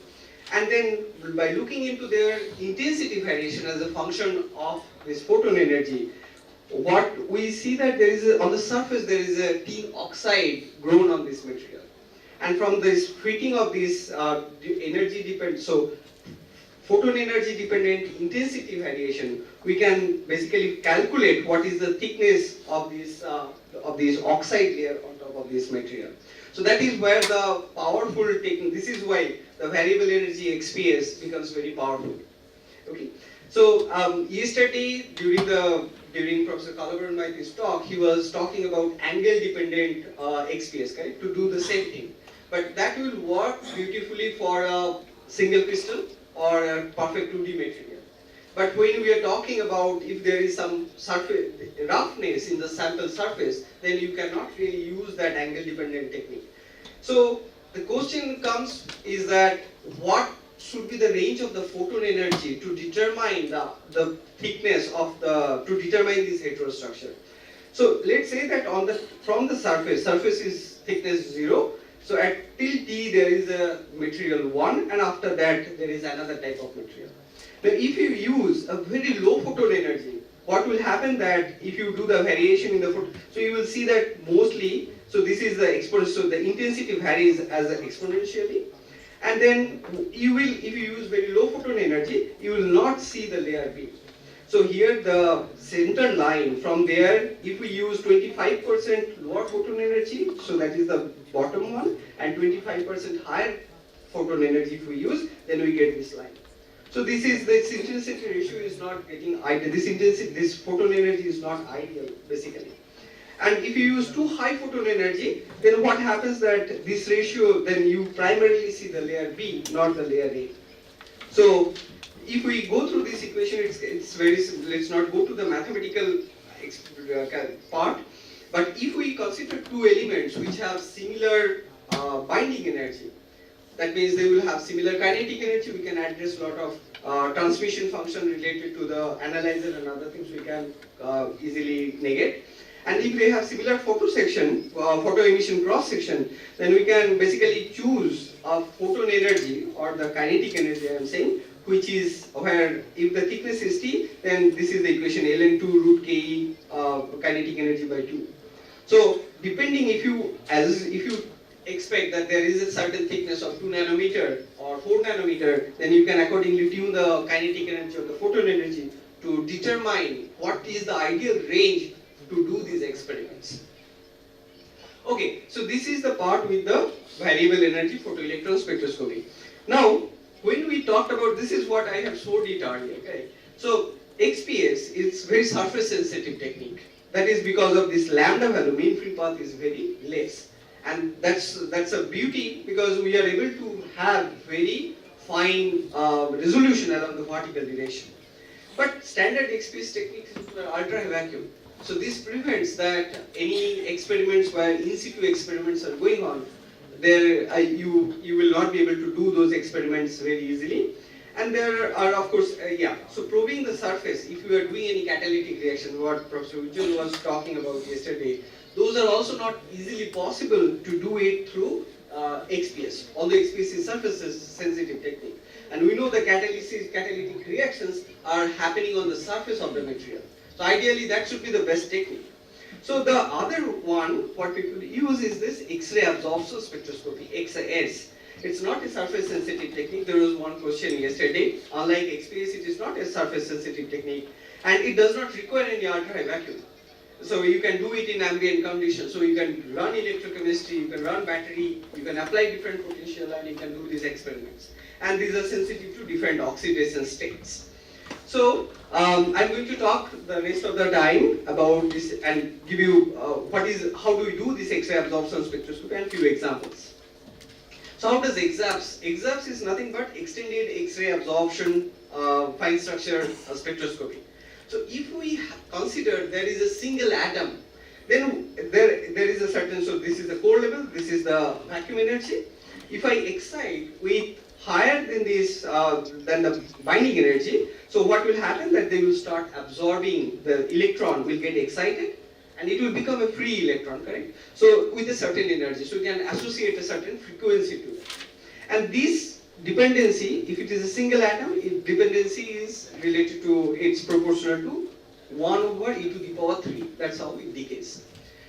Okay, that's perfect. But now you consider that there is another atom next to this atom. So what will happen that when you are exciting this core electron, so it goes up, you excite with certain energy, so let's say it takes this, so it's a plane wave, free electron. So if there is another scattering atom near to it, then it will feel that there is so it will scatter back. And depending upon the distance, depending upon what type of scattering atom this red wave, it is going to be different. Okay. So now, if as you continue changing the photon energy, so you have for a given material this absorbing atom and scattering atom, those two are fixed, and the type of the scattering atom is fixed. So as you are changing the photon energy, you are changing the energy of this free electron, and then these two wave, they will basically, at some cases they will form constructive interference, some cases they will form destructive interference. And basically the amplitude of this, that is what it gives rise to this oscillation in this absorption coefficient. So these features, whatever these fine features we are seeing, that gives the information about the local structure of this system. From there this is the EXAFS equation. So what you can primarily determine from EXAFS is the coordination number. Okay, this morning from PDF analysis we are also able to determine what is the coordination number. You can determine what is the neighboring atom and the distance of the neighboring atom, and then the mean disorder of this. If there is some extra vibration and other things, then you can find out what is the disorder, mean disorder of that particular bond. Okay, so these are the main parameters which we primarily determine from EXAFS. So I am going to give some examples. One is that understanding local atomic structure of mixed halide perovskite nanocrystals. This is something what Ranjini talked about to some extent yesterday. See, I'm coming back to this previous example. When we talked about this anion exchange, then we know that there is some inhomogeneity. Now we are not able to see that this inhomogeneity, is it at the atomic scale or is it the local scale or just on the surface of the nanomaterial. So the question is like this: if we take two different nanocrystal where an anion exchange is happening, is it a homogeneous alloy? And I am saying homogeneous in the sense that within the same PbX6 octahedra, do I have both the chlorine and bromine, or is it like phase segregated region? Phase segregation where some part of this bromine, some part is chlorine, and only at the interface there is these octahedras are basically have common both chloride and bromide. Again, as I said, that in case of bulk materials, people have easily observed phase segregation, and it is possible through this optical spectroscopy. But in nanoparticle, you cannot determine because the particle is very small and wave function is spread entirely. So these are the two possible crystal structures, local atomic structures, what I talked about already. So we did this reaction. You take cesium lead bromide and then keep on adding cesium lead iodide and lead chloride, and you see that there is a smooth variation of bromine to chlorine. Okay, and we also did the other reaction from chloride to bromide. There also we see that the variation is happening, but there are some changes. You see that the FWHM of this emission spectra are much different than the other reaction, lead bromide to lead chloride. So the X-ray diffraction for nanoparticle, they gives much broader peak, correct? Because there is a finite crystal size, so we cannot really determine. And also there is a crystal structure change, phase change. This is orthorhombic cesium lead bromide, whereas cesium lead chloride is cubic. So you cannot really use the Rietveld refinement to find out what is actually going on in this system. So what we try to do is this EXAFS. So here cesium lead bromide, which is orthorhombic, there are two different bond lengths. So, and cesium lead chloride, where PbCl bond length is one single. So first let us look at this cesium lead chloride. Okay. Now again, why? First of all, you see, of course there is one peak, but you see that there are other oscillations coming here. Now see, when you do the experiment, you are collecting the data in energy scale. And E and K are related, K equals to square root of E minus E naught. E naught is the absorption energy. So that is also you can easily determine, calculate. But when you go to this is radial distance. So this is in the R space we are talking about. So that means that K space data, you have to do a Fourier transform of that. Now Fourier transform is actually, one should do it ideally from minus infinity to plus infinity. But your data is not up to there. So you use some sort of window, envelope function, to do this mathematical conversion, to determine this. Some of these oscillations, one has to be very careful whether it is an artifact or is it a real signal. Okay? One easy way to change this window and see that what is the range. And of course, one need to have very good quality data to determine these features. Okay, so cesium lead chloride, we see that there is one peak, and that is corresponding to this PbCl bond length. In case of, and then I'll come here, what is actually happening. In case of cesium lead bromide, you have 4 atoms PbBr bond lengths, which are basically which are at higher bond length, and then there are 2 more which are slightly shorter that you can determine. Now here you see that there is some variation. These are actually not the oscillations or the ringing effect because of this Fourier transform. These are the true signals. This is where PBB, so this is the second cell information you are looking at. That means PB to PB distance, this to this we are looking at it.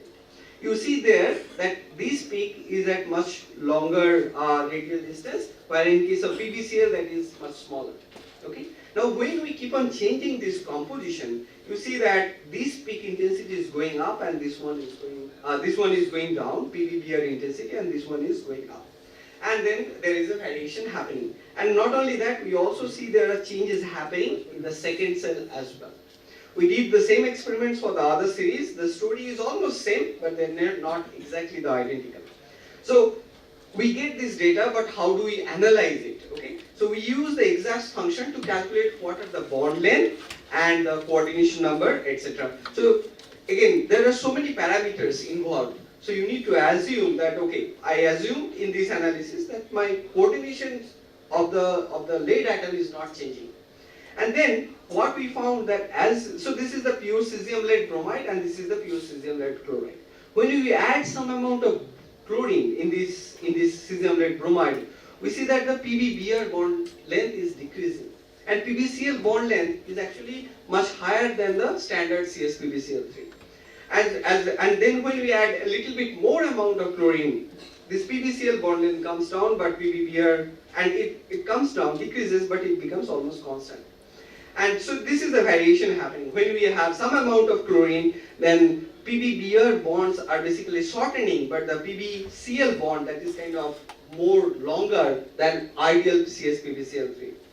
And then after that, we see that CS-PbCl3, it is almost same as the bulk system or pure CS-PbCl3, and it continues. So from this analysis, the model what we propose that CS-PbBr3 knows that there are a lot of vacancies in this system. So through these vacancies, when we add some amount of chlorine, it basically in the octahedra it forms a mixed octahedra.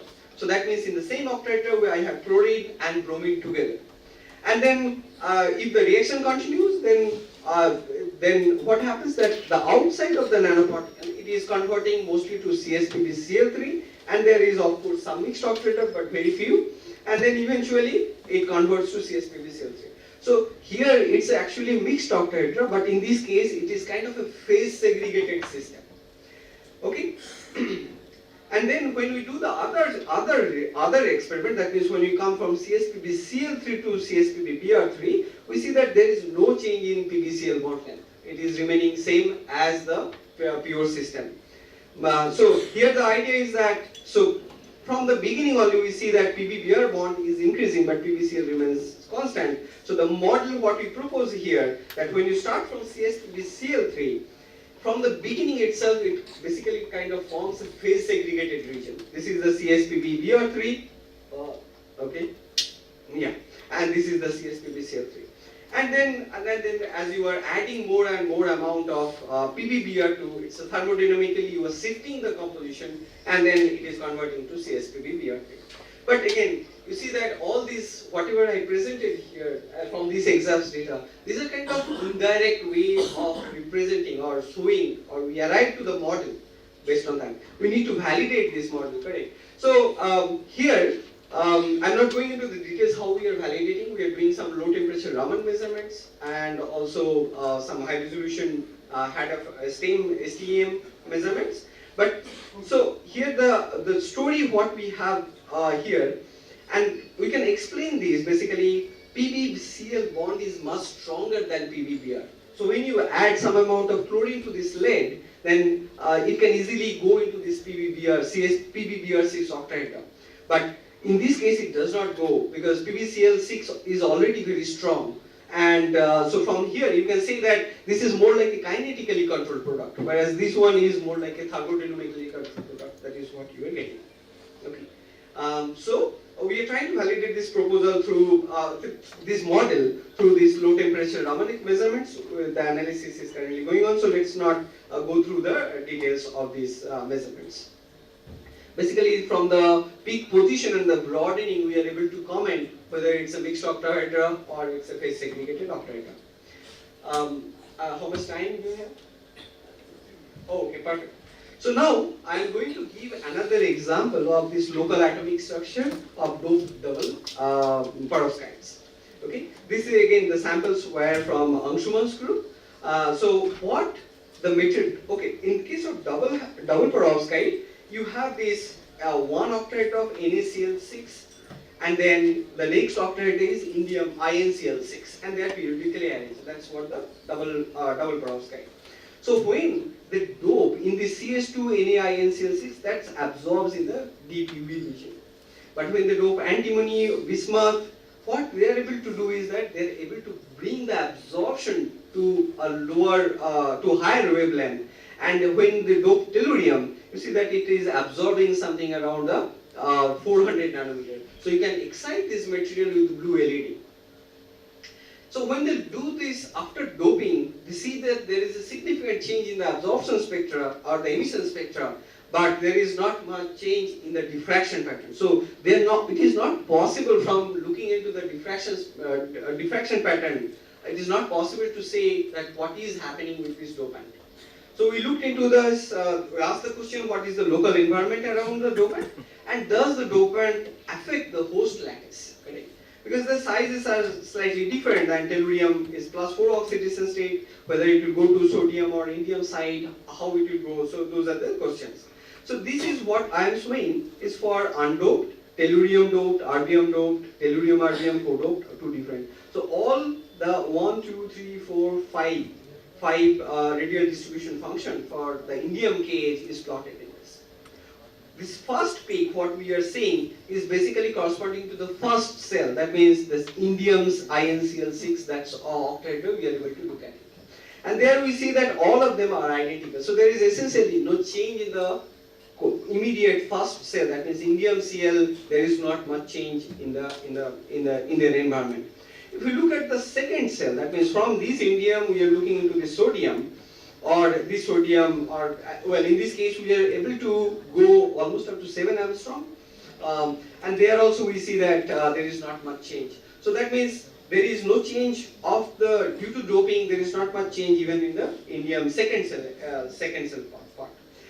So the question is that does the dopant replaces the indium with indium cation or with the sodium? So that is what we are trying to look at it. See, we are looking at this indium part, okay? If the dopant is going to the sodium side, then what will happen? So this is the InCl, this is the first coordination, there we do not see any change. If that dopant is going to the sodium side, then what we would expect that there will be some change in this, so that means in this, over here it will go. So either the change in the bond length, or we should see a change in the disorder parameter or corresponding to this bond length. So when you carefully analyze this data, the disorder parameter, the rest of the parameter I am leaving it. So there we find that due to the dopant, this InClNa, there is no change in the disorder parameter of that particular bond. So if there is a dopant, then it should have happened. So this suggests indirectly that the dopant is probably not going at the sodium side, but it is going at the indium side. So, so this is what we have found from the host lattice information, and then what is the local, but we can also do the dopant environment. That means we looked at the tellurium KH. This is the, so these oscillations, what we are getting, this is because of the ringing effect. That's what I was talking it earlier. But you can do the first cell analysis, so we cannot do the second cell analysis for this system. We have the data quality, which is only able to give us information of the first cell. So there we found that the coordination number of tellurium is 6 plus minus 0.5. That means it's a TL6, TeCl6 octahedra. And the calculated bond length, what we found is 2.51 Angstrom, and theoretically if we consider some other tellurium-based perovskite, that tellurium and chlorine-based perovskite, there we find that the bond length reported is 2.54. So these values are kind of matching. We also, then there is of course, when we are using this tellurium, we also consider that is the precursor is present as an impurity.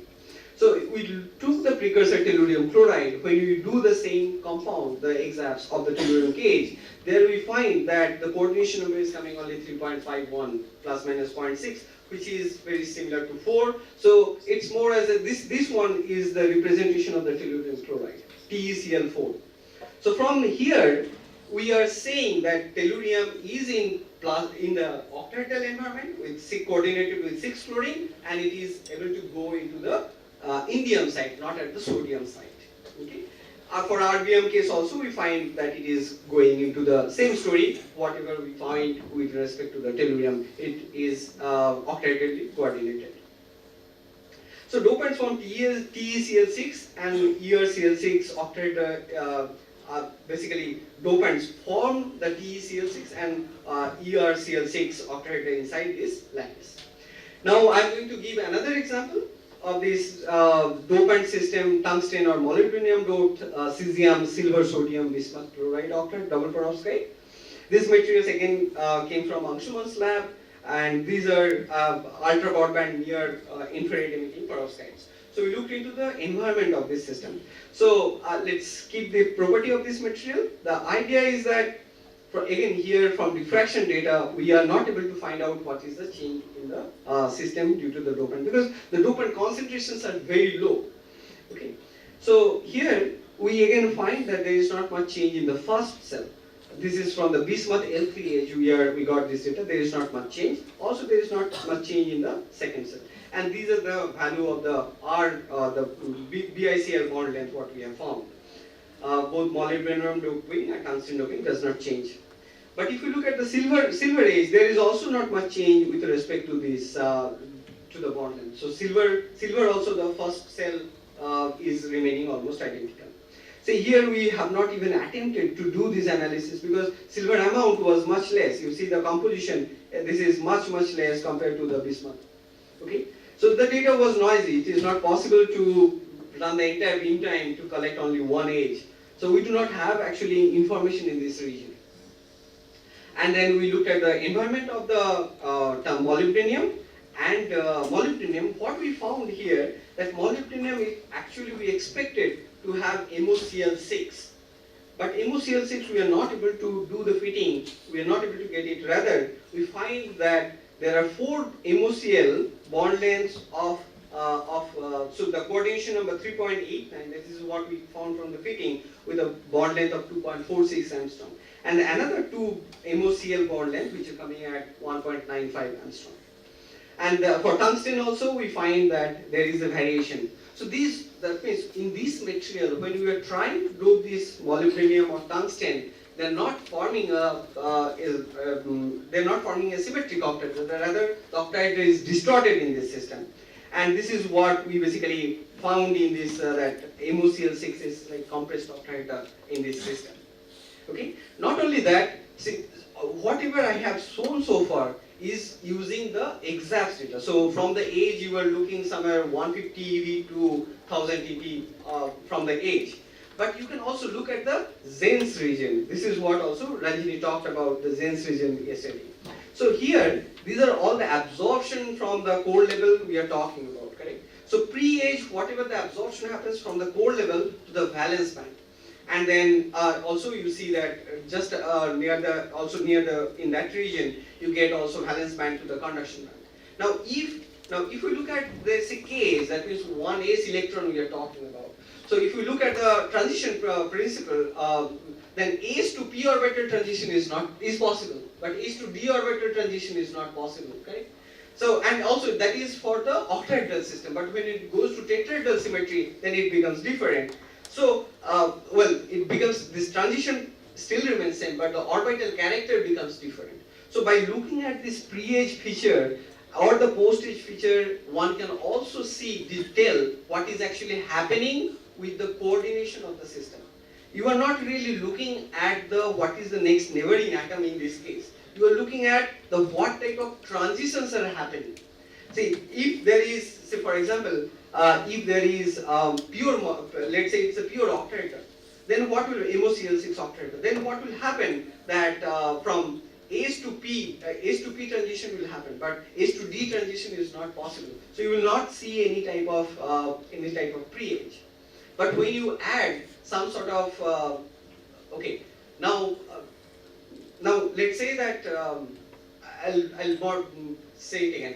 That let's say we are considering a pure molybdenum, which does not have, so which have S to P transition is possible, but S to D transition is not possible. If you look at the P orbital L3 transition, then P to S and P to D, both of them are possible, correct? Now, if the conduction band, in the conduction band, if there is some ligand, say oxygen P orbital or chlorine P orbital is coming, then also it will be possible to see those type of transitions. From molybdenum S to chlorine P orbital, those type of transitions one can see. Okay, so in this region, all these are basically electronic transitions, what we are talking about. And then indirectly you can find out what type of structure or what type of change happening in these systems. So here we found that this pre-age is basically, to some extent, it is coming because of distorted octahedral nature. And for tungsten, as it is L3H, that is the P orbital, it gives the similar type of feature but in the post-age region. Both of them suggest that it's a distorted octahedral. Now, I'll finish here with this last example that, see, when you do a catalysis reaction, those are in situ reactions, those are happening very fast. So you can't really collect the exact entire region. That takes probably 10 minutes for one, or 3 minutes to 5 minutes for one spectrum. So you can't really do in situ experiments. What is possible in situ is that you collect this Zenz region and then you see what is actually happening. So this is in collaboration with Professor Ishwamurthy. They are developing this type of catalyst, nickel and nickel palladium. They are putting in carbon nitride. So from this, in this sample, these are not in situ experiments, but these are pre-experiment and post-reaction sample. So here, from the Zenz region, we can find out what type of transitions are happening. And if we do the exams, there we see what is the local structure around that atom. So by combining the Zenz and exams, you can find out the overall feature, what is actually going on in this case. So here we found that nickel is basically get oxidized when you put some amount of nickel hydroxide, when you put it on graphite carbon nitride, and when you do the reaction UOR, then nickel gets reduced, and then you see that nickel zero oxidation state, that is 5%. This should be +2 oxidation, these two numbers. Anyway, so in case of nickel palladium, you see that oxidation happens, then nickel is mostly nickel. So nickel is, you can figure out that whether nickel is in nickel or nickel palladium or nickel is in +2 oxidation state. Okay, so with this, let me acknowledge my group, my PhD student Anamul, who did this the Hux-based work on CSP, BBRC, and also tintelluride. Radha did most of the work on this exams data, and the current student Gauri, Irene, and Teja, they are working on the next exams experiments. And I also thank Professor Kaustubh Pirulkar from Goa University, who is an exams expert, and also I think you mentioned that he is part of the steering committee. Professor Anshuman Nag, Professor Sami Chopra, and also Professor Ishwamurthy. And of course, the funding from my institutes, CENS, India DESI program, India-Japan, the KEK program, DST, and ACRB. So with this, I thank you for your attention. Sesame, for the question. Yes, sir. I was wondering when you are speaking in saying that it is going inside, what is the core of radium and bromide See, most of the earlier reports, what they have done is that you do the reaction, post-synthesis cation exchange, anion exchange at room temperature. If you provide enough heat, probably that will also happen. But when you are adding, already we have a large amount of CSPB-I3 on the nanoparticle. There is probably not enough the reaction kinetics. The kinetics has, yes, it's the kinetics. 0.75 eV is the activation energy for those anion exchange. So if you either heat it, sorry? It doesn't see the barrier of cesium. Yes, exactly. If you give enough time or temperature, it will convert. But what people thought earlier that it is converting entirely when they do just by looking at the PL spectra, which is not the case. And one more aspect, when you are trying to split all these things, why do you allow for bond length changing? Or why do, I mean, I'm not talking about drastic changes like in the other case where you had the two chlorine, two different, Yeah. I'm not talking of that. Here, in this case, you were saying. I'm talking of this cesium bromide. Yeah. We are small changes, gradual changes. A bond length is not expected to change gradually. If there is a bond or there is no bond. See here, we are. So you were talking about, let's say, one of this. Right? So we see that it is. This is what we are observing, and ideally, it should be that if we are able to determine this lead distance, then we will be able to see that there is a whether it's a bond at the octahedra kind of tilting. Okay, that is what the assumption. That is what the assumption. No, from Raman we have seen that also, that octahedra indicates, but bond length changing is not, I mean, you can have a change in coordination. See you can have extended changes, like the other one that is, that kind of changes. Correct. Here, based on if you are adding CSPB Cl3 into this CSPB, the octahedra when you are adding here basically, because of this bond strength are very different. So you see about this. Let's say that you have a PbCl6 octahedra. Their PbCl bond length are smaller. You are trying to put another bigger atom of bromine, correct? So if you add one bromine to this, of course it is going to affect the rest of the environment. Correct? So that is what we are saying. But if it is a phase segregated system, then there is no change in the bond length. So from there only we are saying which one is. I think we should emphasize the fact that there is no change in immediate bond length, but it can be perceived as a change because we are not doing the extended. Correct. Yeah. True. Yes. I was intrigued by your low concentration. You are getting percolation, or you are getting basically phase segregation. These are happening two different cases. It's happening two different ways. When we go from bromine to chlorine, it's kind of in the same octahedra they are forming. But when it comes from chlorine to bromine, it's a phase segregated octahedra. But very low concentration, generally it is random. It's a solid solution. It is, so yes, in this case it is a solid solution. But okay, one thing why we are putting on the outside only, that is because from variable energy XPS we see that when you are adding it, it's primarily the surface gets exchanged. Now from X-labs, what we are seeing is that not only the overall what is happening, but at the octahedral level. Okay, so chlorine is going anywhere on the surface. That is what you say that random, but it is going into the octahedra. Okay, but in the other case, it is again forming on the surface anywhere random, but it's a patch of cesium-like bromide. That is what I am proposing.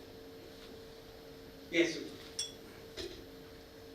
the first case, when you exchange with bromide, if you look at the TEM particle size. Yeah, let me see if of course, we had done that detailed away. So, is there any change?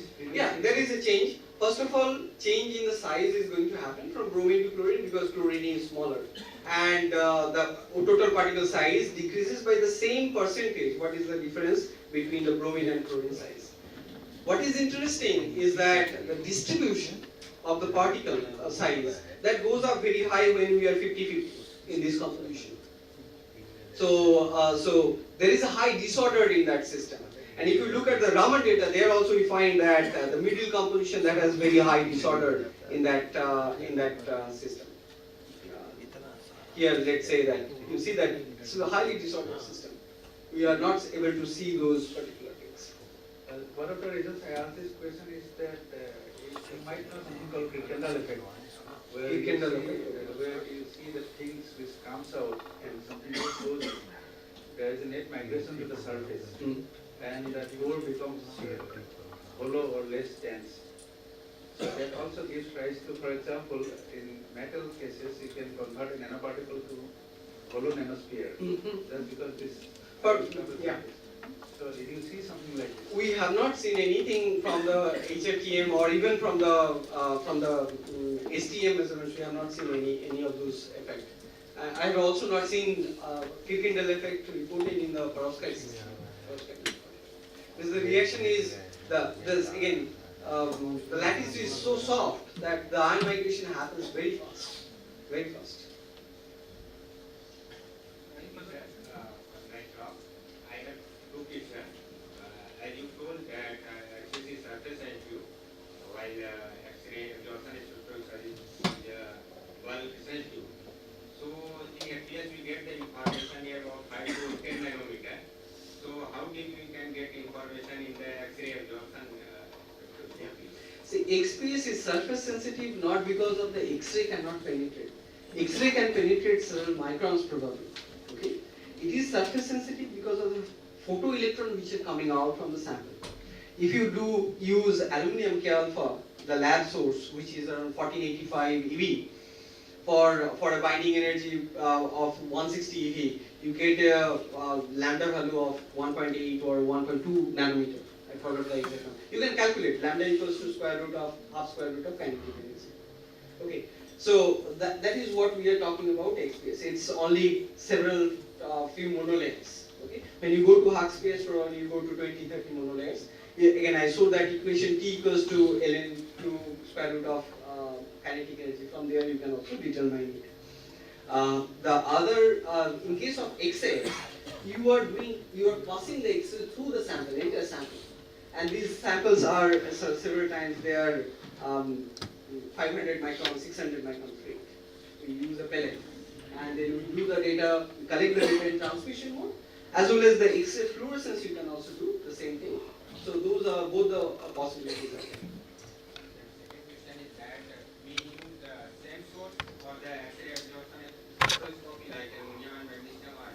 No, here you are varying the energy, so you cannot use a single source. So that's why these are done at synchrotron, where you continuously change the monochromator and then you change the energy. Okay, so you cannot do the exams with a single source, which is not possible. Thank you very much. Now I request Professor Kumar to present a memento to Professor Synchrotron.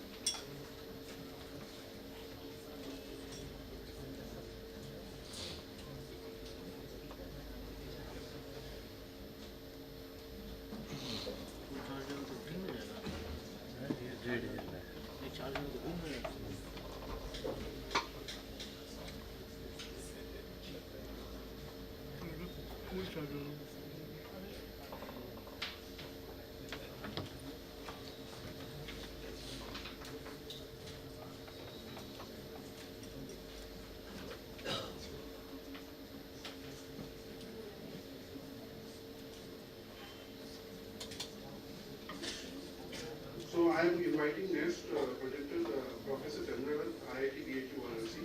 30 minutes for presentation. Over to you.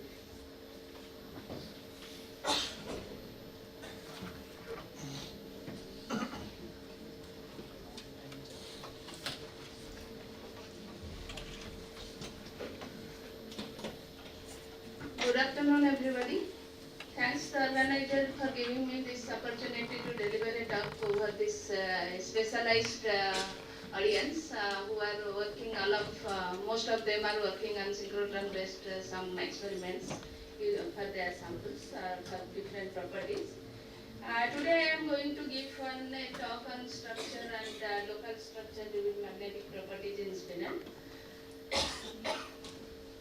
The spinel compound is generally it's having very rich properties and applications. For example, the competition among lattice spin and orbital degrees of freedom in a strongly correlated system leads to near degeneracy in competing ground states. So this degeneracy results in the existence of coexistence of multiple phases and tuned ground state of material by external perturbations like pressure and magnetic field. So the spinel, which are very interesting class of material, they have their exotic ground states due to the magnetic frustration. They show Fourier transition, coupling between ferroelastic, magnetic and electric order parameters. So these spinels having applications in the field of multiferroids and synchtronics. Besides the interaction, the unique crystal structure of spinels also plays a major role in their novel phenomena, and exotic ground states are very sensitive to cation distribution and lattice symmetry. So in the spinel, we are exploring the cation distribution through this synchrotron source by exams. So spinels generally binary chalcogenides, AB to X4, where X can be replaced by oxygen, sulfur, selenium or tellurium. First of all, this spinels is observed in natural mineral spinel, which is named after the scientist which is invented in Demestre from Latin spinella, and this is spinella because of this throne of this octahedral crystals. That is first it is developed in MgA2. So these synthetic spinels have found a great deal of applications in electronic devices, magnetic storage, gas sensor, catalyst, refractory materials, etc. Among all these vast range of spinel chalcogenides, spinel oxides are important class of multiferroid material. So one can have spinel compounds which is having large oxygen ions packed in a FCC arrangement, and metal ions occupy the spaces between them like octahedral and tetrahedral sites, where tetrahedral sites is named as A site and octahedral is B site. So in a spinel there are 8 formula units out of and 64 A sites are available, out of which 8 sites are occupied, which is A site, and 32 B sites are available, out of which 16 sites are occupied. So when there is lot of A space, tetrahedral site and octahedral site are vacant, so it is offer a multiple variation you can do with changing the cations and all different things, because you have large scope to vary tune the properties. So when this A site is occupied by divalent cation and B site is occupied by trivalent cation, then it is called normal spinel. When it is A site is occupied by trivalent cation and B site is occupied by both divalent and trivalent, it is inverse spinel. When there is no preference for A site or B site, like divalent and trivalent can occupy both A and B sites, it is called mixed spinel.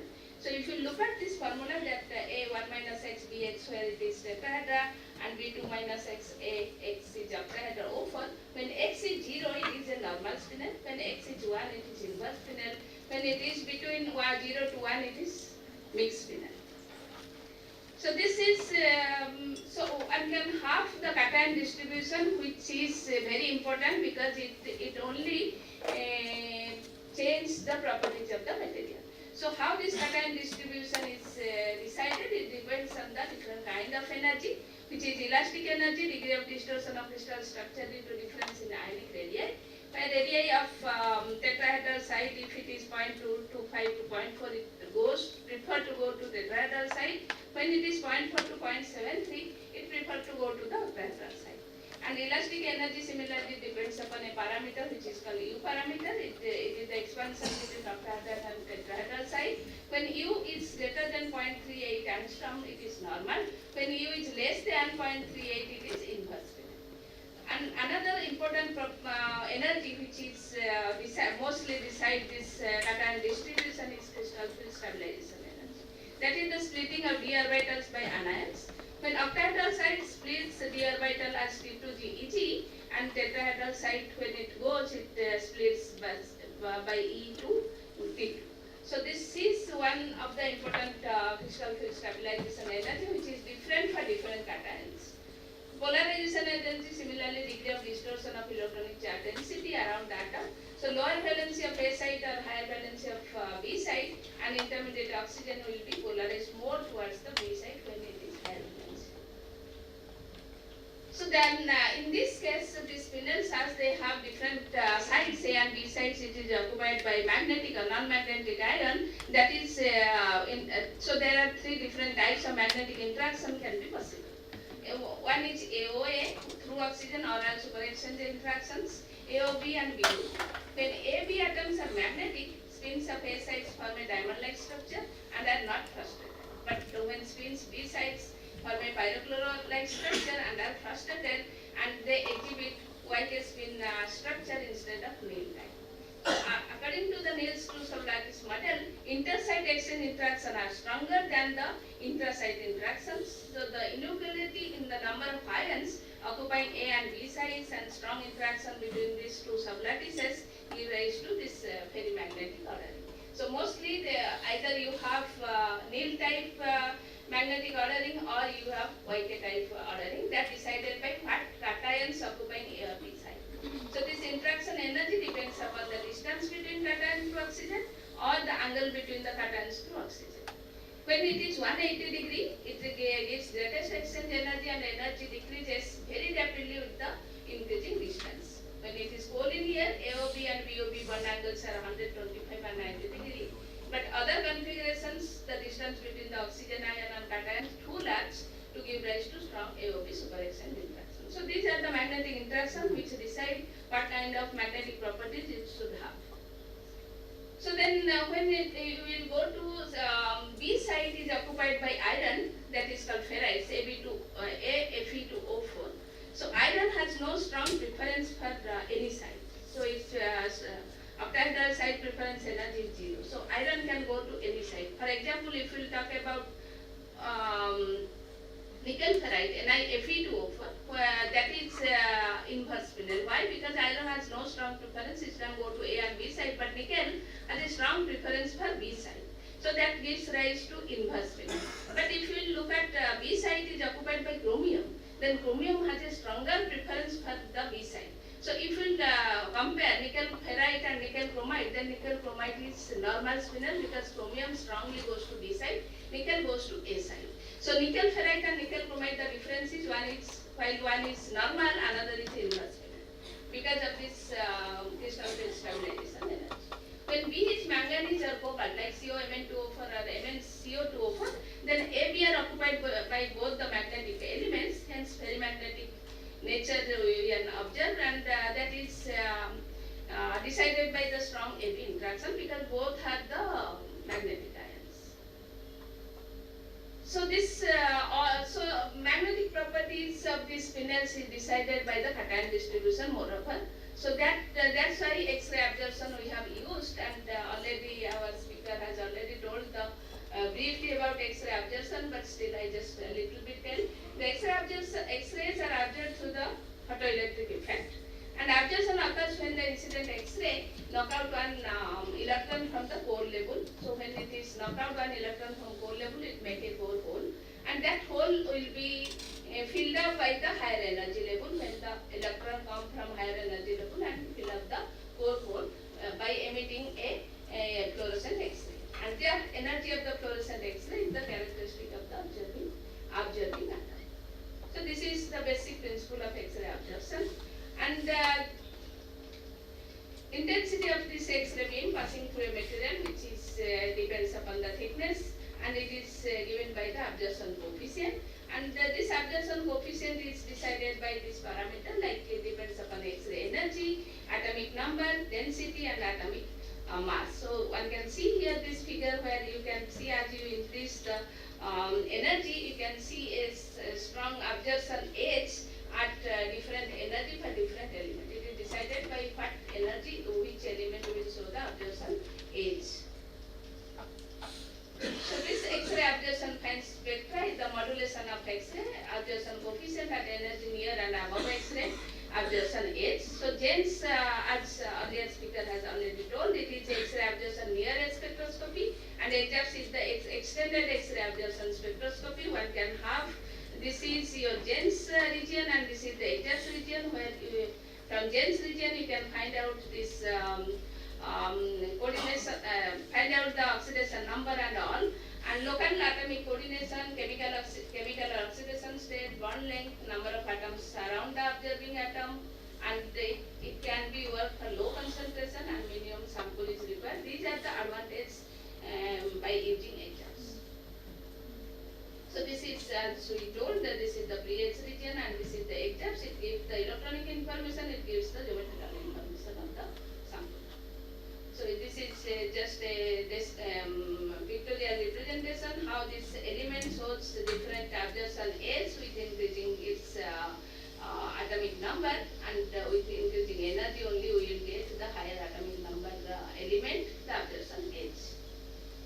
So this absorption edge, its atomic number increases, threshold energy will scale with Z square, absorption coefficient scale with Z to the power 4. All elements when Z is greater than 18 have either K or LH between 3 and 35 keV, accessible at many synchrotron sources. So Electra I have used, and the RRCAT and Petra synchrotron, so all three sources we have used. And these are the energy range of this synchrotron source. So let us come to our work where we have used this.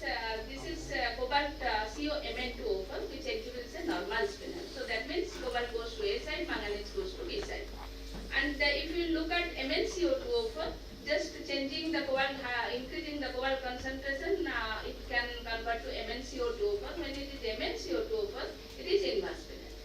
In fact, half of the cobalt occupies both a B side and half will occupy the A side. Manganese will occupy the whereas manganese will go to the B side.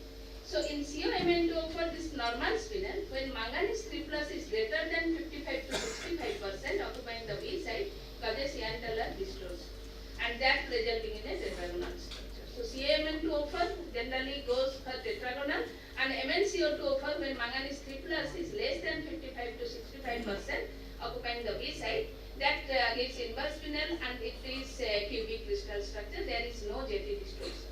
So hence crystallographic phase of COXMn3-XO4 are very interesting, because by just by changing the cobalt to manganese ratio, one can observe a tetragonal to cubic structural transformation. What happens to the local structure in that case? So this is our motivation to study this. So cobalt COMn2O4 we have prepared chemically, and it is of course nanoparticles, and we could able to Ritzel fitting show this exact spectra that it is not only tetragonal, there is a small amount of cubic phase. So it is a mixture of coexistence of both tetragonal and cubic.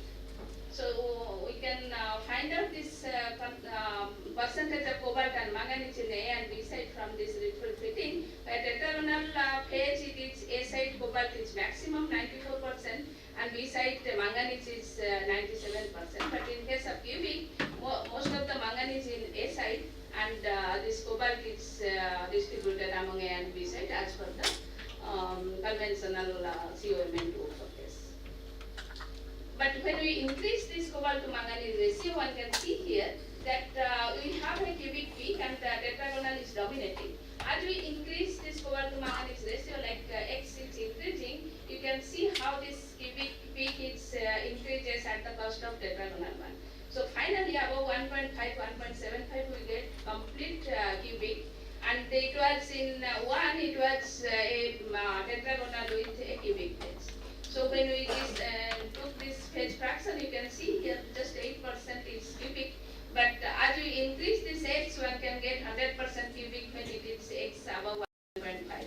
And surprisingly at 1.5 it is almost 50-50 cubic and tetragonal. It's very surprising that we get exactly at X, it is 50% of cubic and 50% of tetragonal phase. So this we again examine this gens. You can see here the cobalt H. You have already we heard that there is a gens and there is a EGAPS region. In gens region you can see this there is a pre-H peak, okay, and there is it is very small in case of manganese scales. So in non-centrosymmetric environment, that is tetrahedral side, this electric dipole transition 1s electron to p component 3d to 4p hybridized metal orbitals, and a small electric quadrupole transition of 1s electron to 3d orbital, so as a intense peak. So this is that's why it is intense. That indicates that cobalt goes to the A site. This is COMn2O4. And in manganese, we have in centrosymmetric environment, like B site, when 3D 4P hybridization is not feasible, the pH peaks are typically less intense. Of course, in ideal case, octahedral site there should not be any pH, but it is there is some distortion or that indicates as there is a small pH peak. So low intensity broad pH of manganese cage indicates that manganese dominantly occupy the B site. Okay, so cobalt goes to A site, manganese goes to B site from pH. Then we change this X from 1 to 2 and can see this A site there is a continuous decrease in the intensity in pH peak, and of course manganese doesn't show so much significant changes in the pH. Then we have again extracted the pH and fitted it, and one can see that as we increase, cobalt is in A site which decreases when X is increases from 1 to 2. So cobalt in A site is decreased when it becomes MnCO2. And manganese in B site also decreases when we increase the X. That means manganese in B site also decreases when it becomes MnCO2. So this is the indication we got from the pH region, gens region.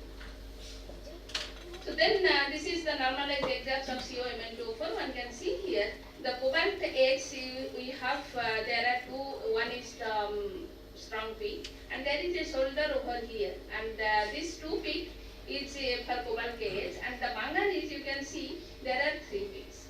So the peak we have you can see here the Fourier transform. Cobalt is the fast coordination with oxygen, CO and MnO, which is at 1.6 is attributed to the observer cobalt with the fast nearest neighbor oxygen. And this peak near 2.4 and 3 angstrom, one is indicated the A side, another indicate the B side.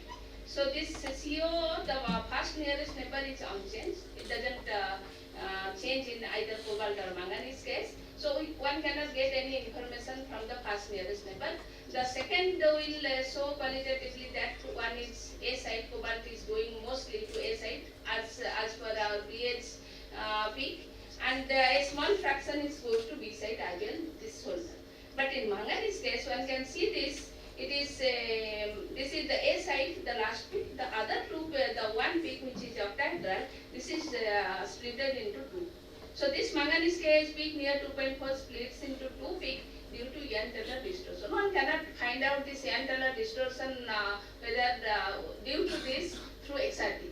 So that we can able to find out from this local structure that there is manganese is going to shows this Young-Taylor distortion, showing this splitting of 2 peaks when it is in B site.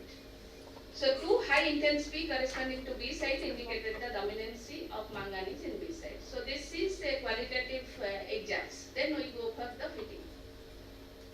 So when we change X from 1 to 2, one can see here as 1.6 is first coordination number and it is with oxygen, it doesn't change with varying the X also. So then one can see this cobalt H, it is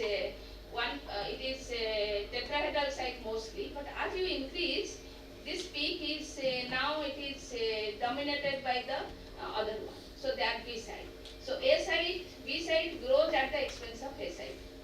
Okay. So as you increase X, the most of the cobalt goes to B side and a few of them will be in A side. But cobalt is distributed among A and B side. But in manganese you can see this with increasing X, this tetrahedral site is dominated, but this this is these two peaks which is now merged and becomes the octahedral site, and it is tetrahedral site is minimum.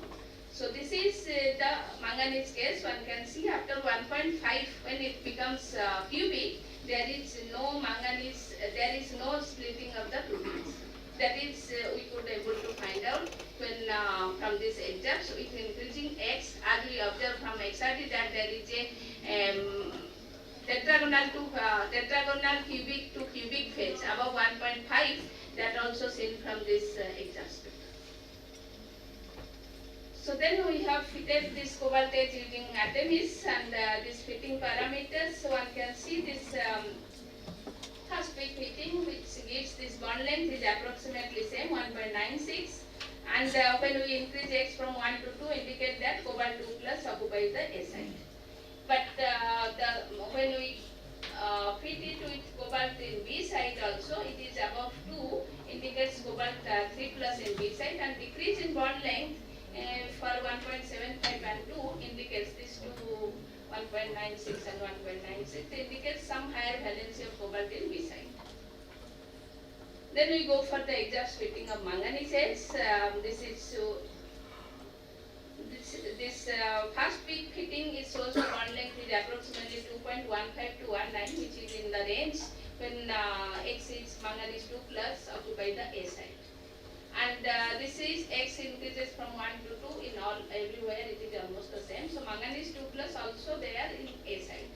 So then the average bond length when manganese in B site, it has Yantala distortion. We find out this average bond length by fitting this by averaging this two bond length, that is 2.21 to 2.0, and this is almost in the literature it is represent the manganese 3 plus in B site. But the decrease in bond length over here, this at 1.75 and 2.0, it indicates that there is manganese 4 plus in the B site. So a higher X, we get the indication that there is manganese 2 plus and manganese 4 plus from exams, which we could not see from XRD.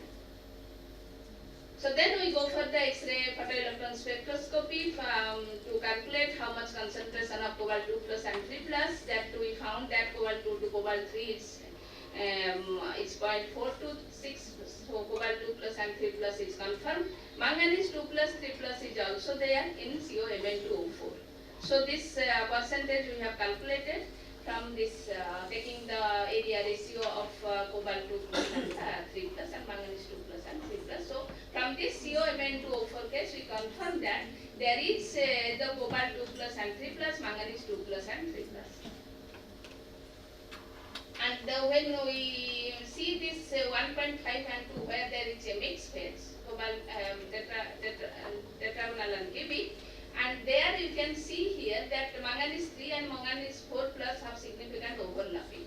So this is cobalt 2 plus 3 plus is confirmed, but manganese we cannot confirm manganese 3 and 4 is present or not because that is overlapping the binding energy. So we go for this manganese 3 spectra.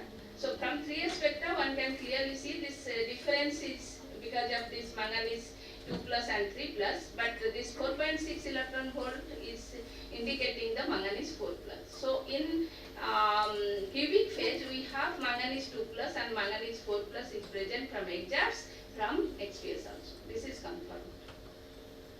So then what happens with this varieties of cation distribution, what happens to the magnetic properties in COMn2O4? You can see here this as we paramagnetic to a low range ferrimagnetic ordering at around 150, and then again it increases OJ peak around 97K. So this two transition in the literature it is shown, but this higher temperature transition, people have shown that it is some impurity or something. But this is, we have confirmed this is not impurity, this is because of the cubic phase. So this two transition we observe, one is we have attributed it is to cubic and one is to tetragonal phase. So from XRD we got this small cubic fraction in COMn2O4. In magnetic transition also we could able to visualize this, both these phases contributing this magnetic transition as well. So with increasing this field, ZFCFC, this splitting is increases, indicating there is anisotropy even at very high field also we could not overcome this.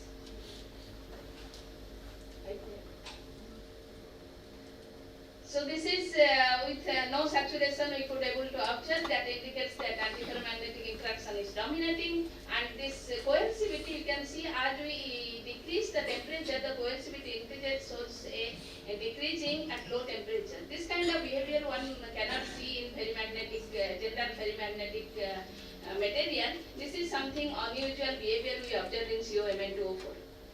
So this you can see here, this coercivity versus temperature as well as magnetization we have plotted over here.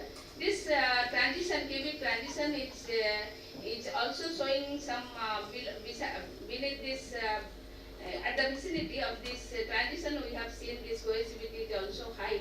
And you can see the coercivity is very high, around 8 kilostud in this ferrimagnetic system before this tetragonal transition. So this unusual behavior of SC is explained on the basis of interaction between YK spins of Mn3 plus present in B sublattice and the collinear ferromagnetic spins of A sublattice. So when YK spins are dominating over ferromagnetic spins of A sublattice in tetragonal phase, low temperature magnetic transition we see to observe, and we also observe such high coercivity. Then magnetic exchange, one can see it's a very unusual behavior. We see at 5K there is a complete magnetic magnetization shift. So vertical magnetization shift we observe at 5K and 50K, but 85K is almost is same as ZFC and FC magnetization. So training effect also shows that there is exchange bias, and that we have shown here with increasing this composition X. One can see how this magnetic transition also evolve. That when it is small amount of cubic phase, it is very small this transition, this peak.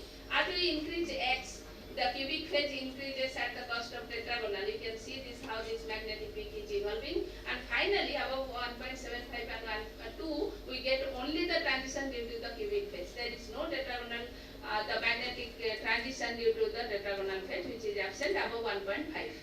That is also indication of there are two coexistence of phase with increasing and how it is changed with X. Then we did this image, you can see this is the unusual transition which I have shown already in COMn2O4 when X equal to 1.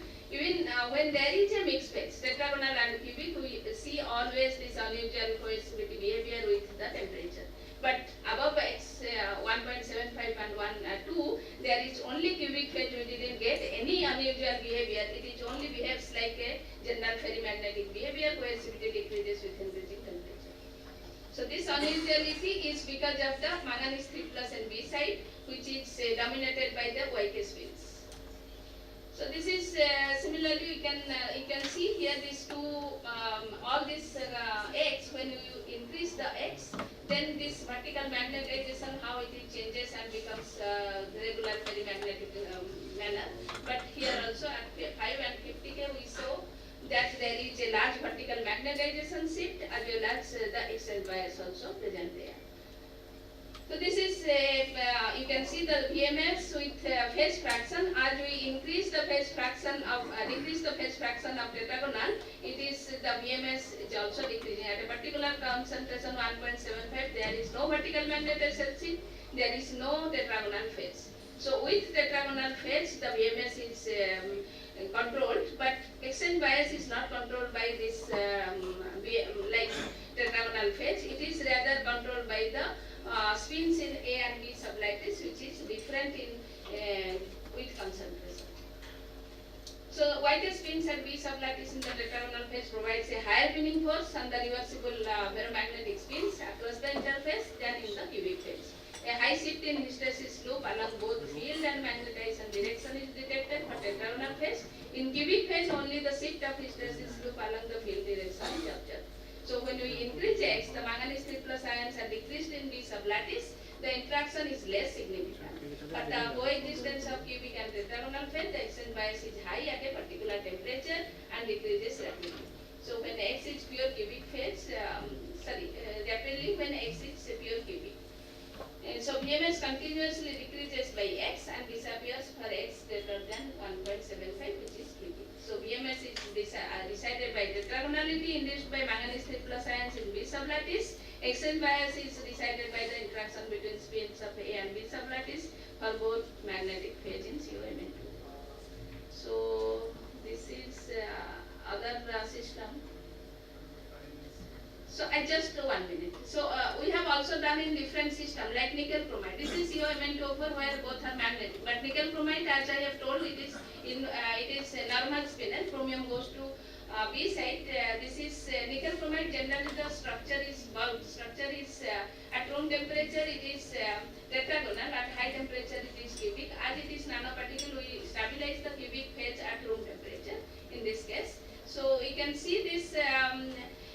Pre-H where nickel goes to this a strong pre-H where it is shows that it is tetrahedral site and chromium goes to B site which is very small, and then you can see we have done this exact splitting and find out this coordination number and bond length all which is similar to the B and A site bond length, and then when we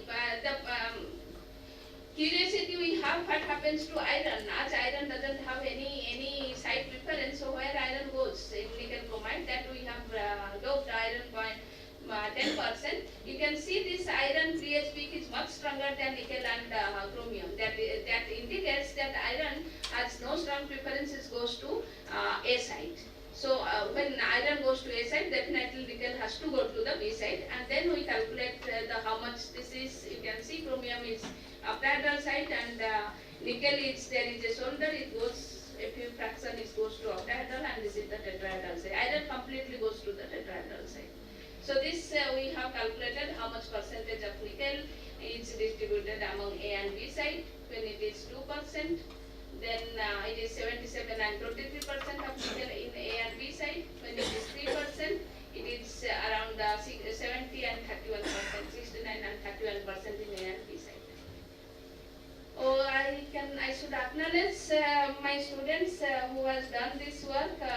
Affiliates has taken all this data in Petra, and Sanjana has done all this fitting, and it is her thesis work. She has just submitted the thesis, and these two students are extensively done this exercise. And of course Gaurav, who has already passed, he has initiated this fitting and all. He is now in UK as PDF. And I should acknowledge all this funding agency, including our IIT BHU, ACRB, UPCST, DICSR, UPCSR, DESI, ELITRA. I have used 2-3 times this synchrotron source for exams as well as high pressure experiment. And I had a project with NFFAU Europe that we could able to do measurements using their polarized neutron beam and as well as MBF used for the depositing the field. Thank you very much.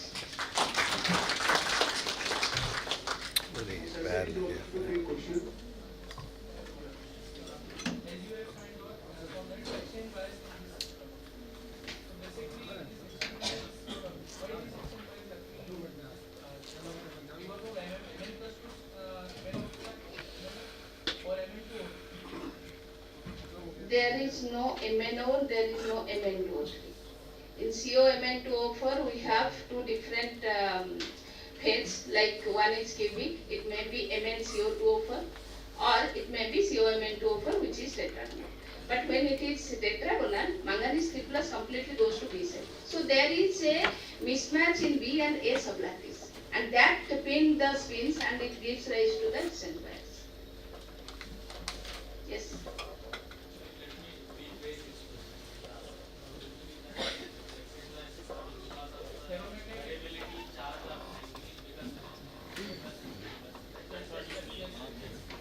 Manganese 2 plus, it can be in that way also. Manganese 2 plus, manganese 3 plus, but you have also cobalt 2 plus, cobalt 3 plus. So we take as sublattice.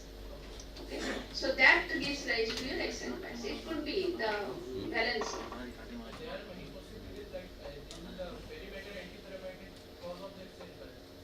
It is ferrimagnetic is one of the antiferromagnetic gas. It is ordering is antiferromagnetic, but the net magnetic moment is not zero. So ferrimagnetic antiferromagnetic ordering is the same. Any other questions?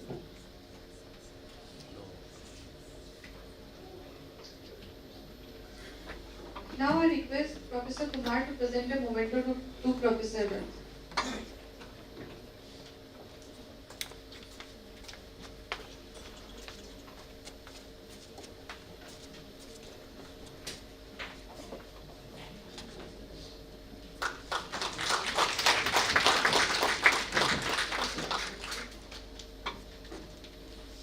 Thank you, Nikhil sir, for this wonderful session. Now I request Professor Uday Shankar to present a memento to Professor Nikhil Kumar.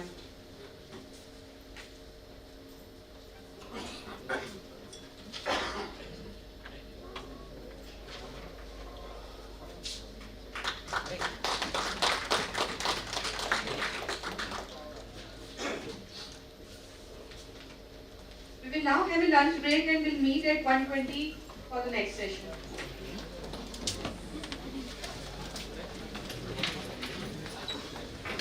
चलो खाना खा लो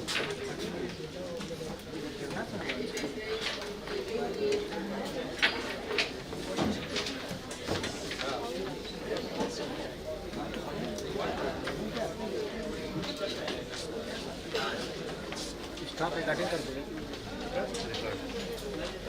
stop recording ये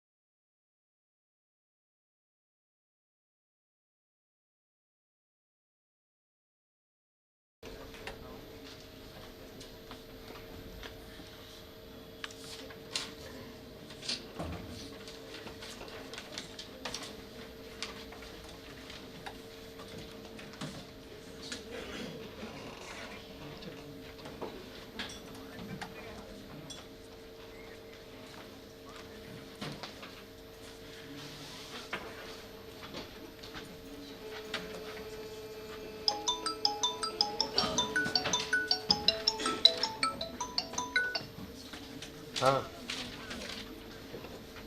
हाँ hello हाँ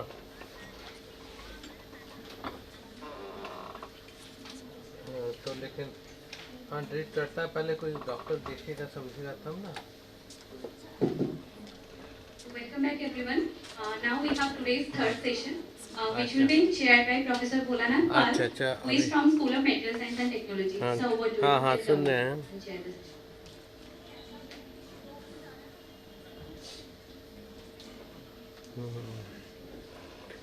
पर कल ले जाते हैं डॉक्टर के यहाँ दिखाते.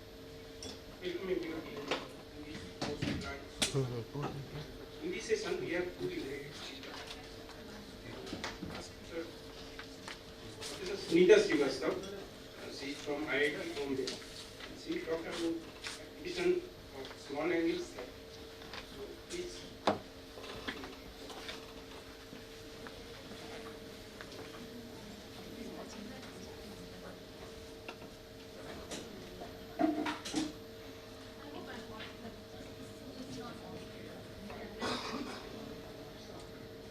Yeah, I think fine.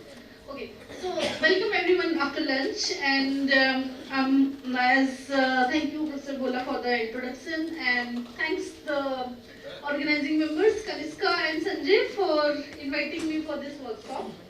We are changing gears here. So far we have been looking at hard energies of the X-rays and looking at atomic scale. Now what we are going to do is come out a little bit on the length scale and have a broader perspective and look at clusters of atoms rather than a single atom, okay? And it's more of a tutorial rather than a research talk. I'll be trying to teach students about application of something which is called small angle scattering, principle wise, and mainly the data that I will discuss is based on X-ray scattering, okay? So, as I said, important criteria is length scale. I mean, how do we see anything? A bigger object, we don't need any specific tools to look at human eyes, and those are enough. But as you start going lower and lower in the length scale, and especially our PhD students who are working on research projects, they know and they've been most probably using microscopy methods, right? So optical microscope. Then we use the wave particle duality of electrons, atoms, and go further down in scale by using wavelengths of light in a smaller length scale, and we are able to look at smaller length scale. If we are in this length scale, electron microscopy typically works, and further below the down in the length scale, that is the diffraction length scale. That's where I think yesterday and today's most of the talk has been focused on. Again, X-ray diffraction is the method most probably you are aware of, right?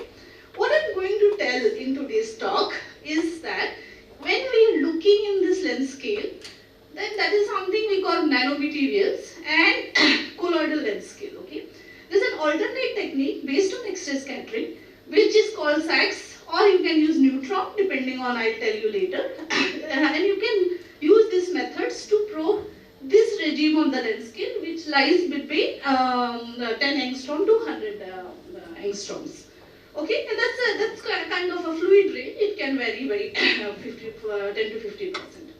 Okay, I am an experimental physicist. My area of expertise is soft condensed matter physics, and these are the systems that I deal with, and that has something special to do with the length scale that I have been emphasizing on. For example, colloids, surfactant, polymers, liquid crystals. If you look at these systems, this falls within this length scale, where we cannot use optical microscopy, and we're not interested, I mean, we cannot even utilize the powerful tool of X-ray diffraction to look at that length scale, right?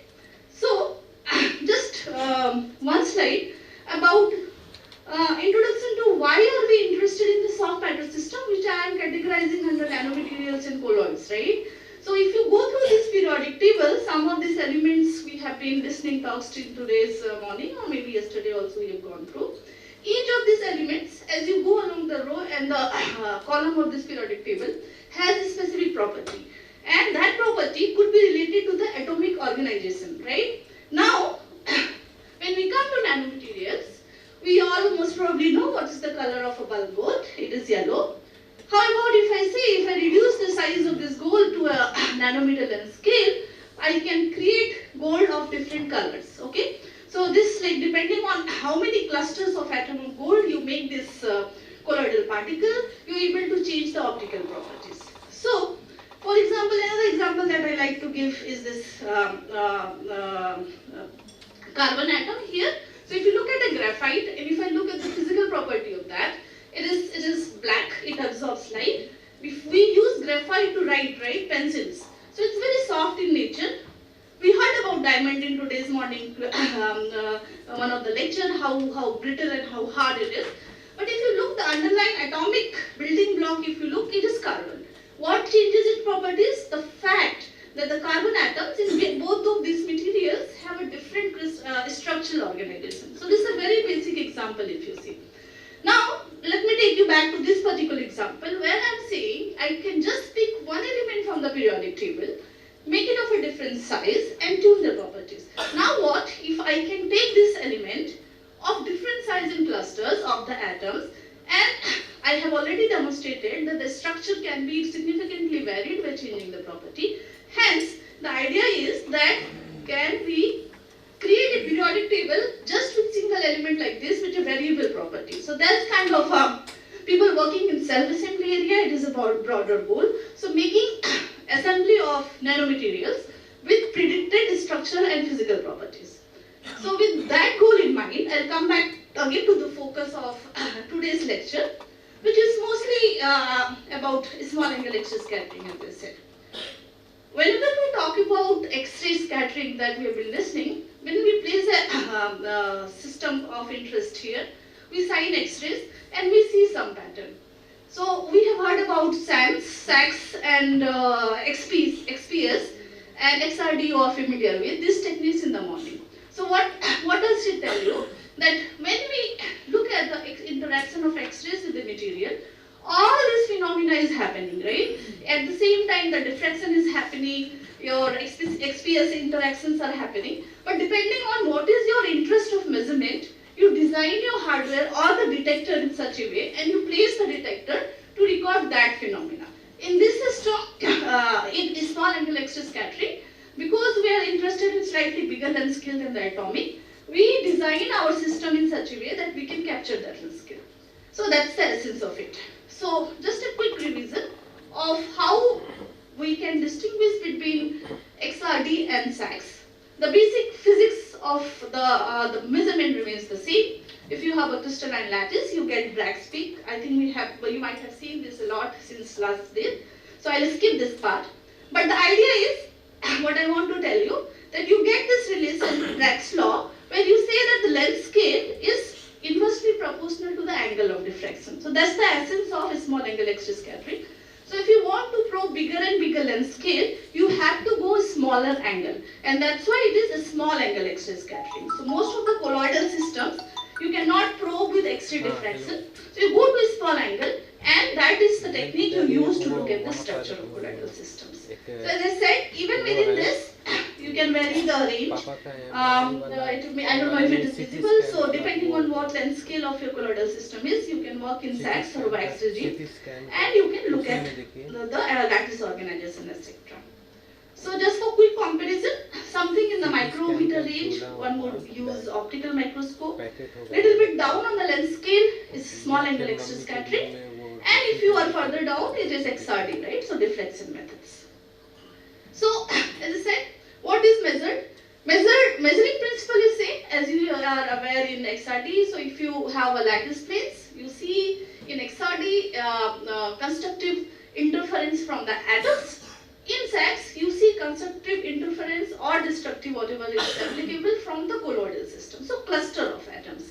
And hence, you have to place your detector far away from the sample to get these interactions, right?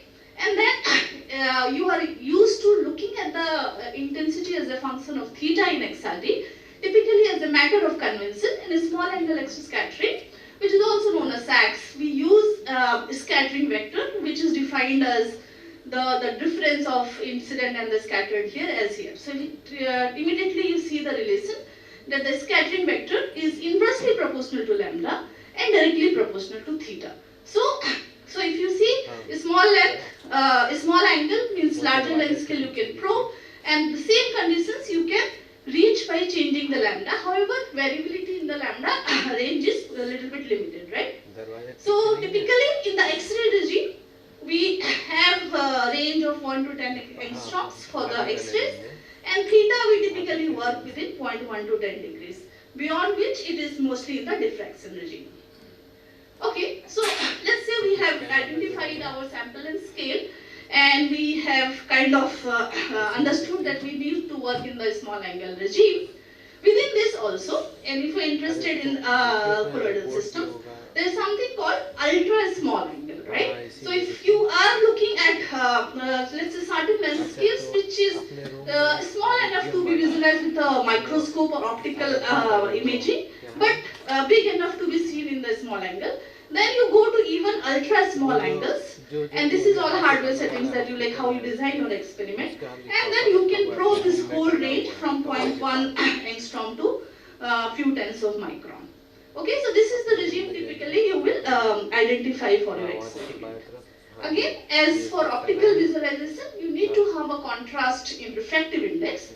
When we look at any X-ray scattering, for structural determination, you have to have a contrast with the background, right? So in case of X-rays, because it interacts with the electron, you need a contrast with respect to the electron density of the material. So if you have a matrix and if you have some particle, these two should differ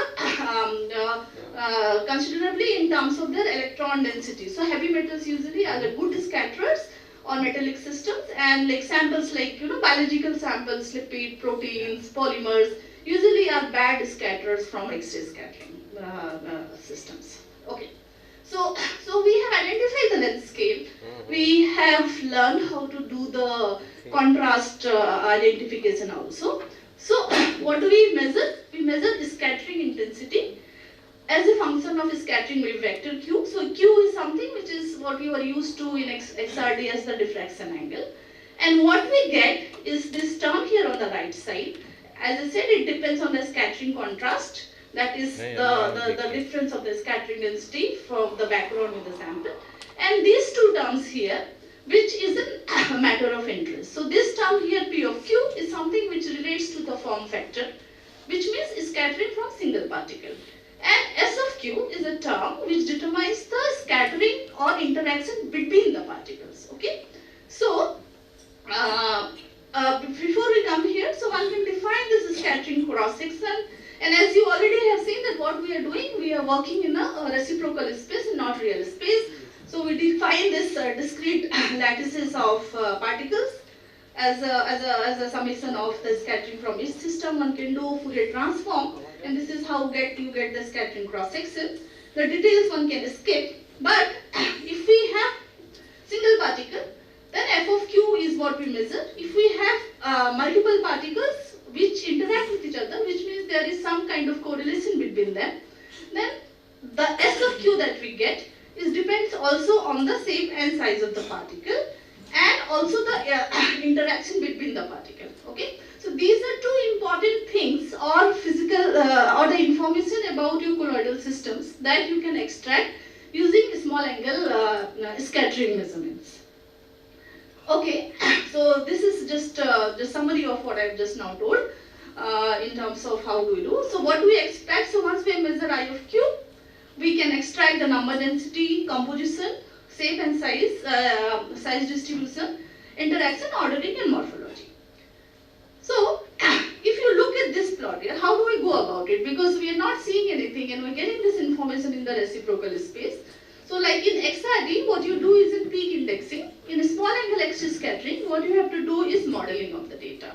Okay, so it is not a foolproof in itself. It needs some complementary information from complementary methods to be able to start doing the modeling. Otherwise, you will be kind of lost in the number of parameters that one do. So first important thing is to identify whether you have P of Q only or S of Q also contributes into the system. The way to do it is you measure the background like in any experiment. So you measure scattering from a very dilute system and you measure the form factor. Then you measure scattering from a concentrated system. You subtract, in this case you have to divide, and what you can get, this S of Q, by taking I of Q and dividing by P of Q. So this is what typically is shown here, and then what you get is this profile here, which you can kind of think with something that you have been seeing in terms of PD of the pair distribution function. So similarly, this term S of Q here shows the correlation between the nearest particle. Okay. And the advantage of this method, you can do in situ, not only structure as well as dynamic kinetics measurement also. The sample requirement is very less, and if you happen to be a synchrotron user, the measurement time is also very less. And so you can look at the assembly mechanism at a very fast, small and like faster kinetics and smaller length scales. Okay, so this is what I told. So you have an I of Q, and you measure the dilute system. You take this, you process your data to get the structure factor like this. How do we know that our system is dilute? From the students, like just I have a sample, I do the measurement, and I want to identify, I don't know which concentration regime it is, right? So the way to check this is that you keep on increasing the concentration till you start seeing some structure factor indication in the data. And once you start seeing the origin of certain peaks, which means there is an interaction between the colloidal particle, and hence you will work in the dilute regime. You take and then identify the sample concentration in that regime to use it as a control or a form factor. Okay. So typically, this is how Sachs scattering profile will look like. As you can see on the x-axis, you have a scattering vector which is length scale dependent, right? What does it mean? It means that if I am looking in this regime which is large Q, I am being able to probe the length scale, smaller length scale in the system. As I go towards lower and lower Q, I am able to probe larger length scale in the system. There are standard model available. You can fit your data, and you will see typically in the Sachs regime, this length scale here correspond to 1 to 100 nanometer. There's an interesting information not only about single particle size and shape or the lattice structure. You can also get information about the interfaces. That's where another, this is another highlight or important property, this thing of the Sachs, that you can also study the interfaces. Okay. So if you have like core cell structure for the colloidal system, and if you want to understand the morphology of your cell around the core of the particle, you can look in the intermediate Q regime to extract those information. And of course the high Q, it's the diffraction, so you all are mostly familiar with that. Okay, so how do we identify? Let's say we want to, I said that we want to look at the shape and size, one can identify that. So what you do, you look at the scattering and you identify how the scattering profile goes. So there is standard model available, and you can compare your data in the way how this Q depends on your scattering vector, or the scaling of the scattered intensity depends on the scattering vector, and how the oscillation decays. Okay, so this P of Q, you can write equations depending which has a geometrical factor dependence to model your data, and that's how you extract this information. For example, here what I've done, modeled basically spherical particle of different radius. So as you see that you increase the radius in the Q space, it will move the oscillations that corresponds to, you can imagine as a constructive interference ring in the optical interferometry experiment. It shifts towards lower and lower Q. Similarly, if I vary the size from sphere, which is this one, to more and more, elongated object, you see the nature as well as the occurrence of these peaks that you see in the data, or the oscillation changes. So these are some of the preliminary way of identifying your data and trying to figure out which model would work best for your system. And also, of course, if you have a complementary measurement from some of the microscopy technique, it will definitely help you to model your data.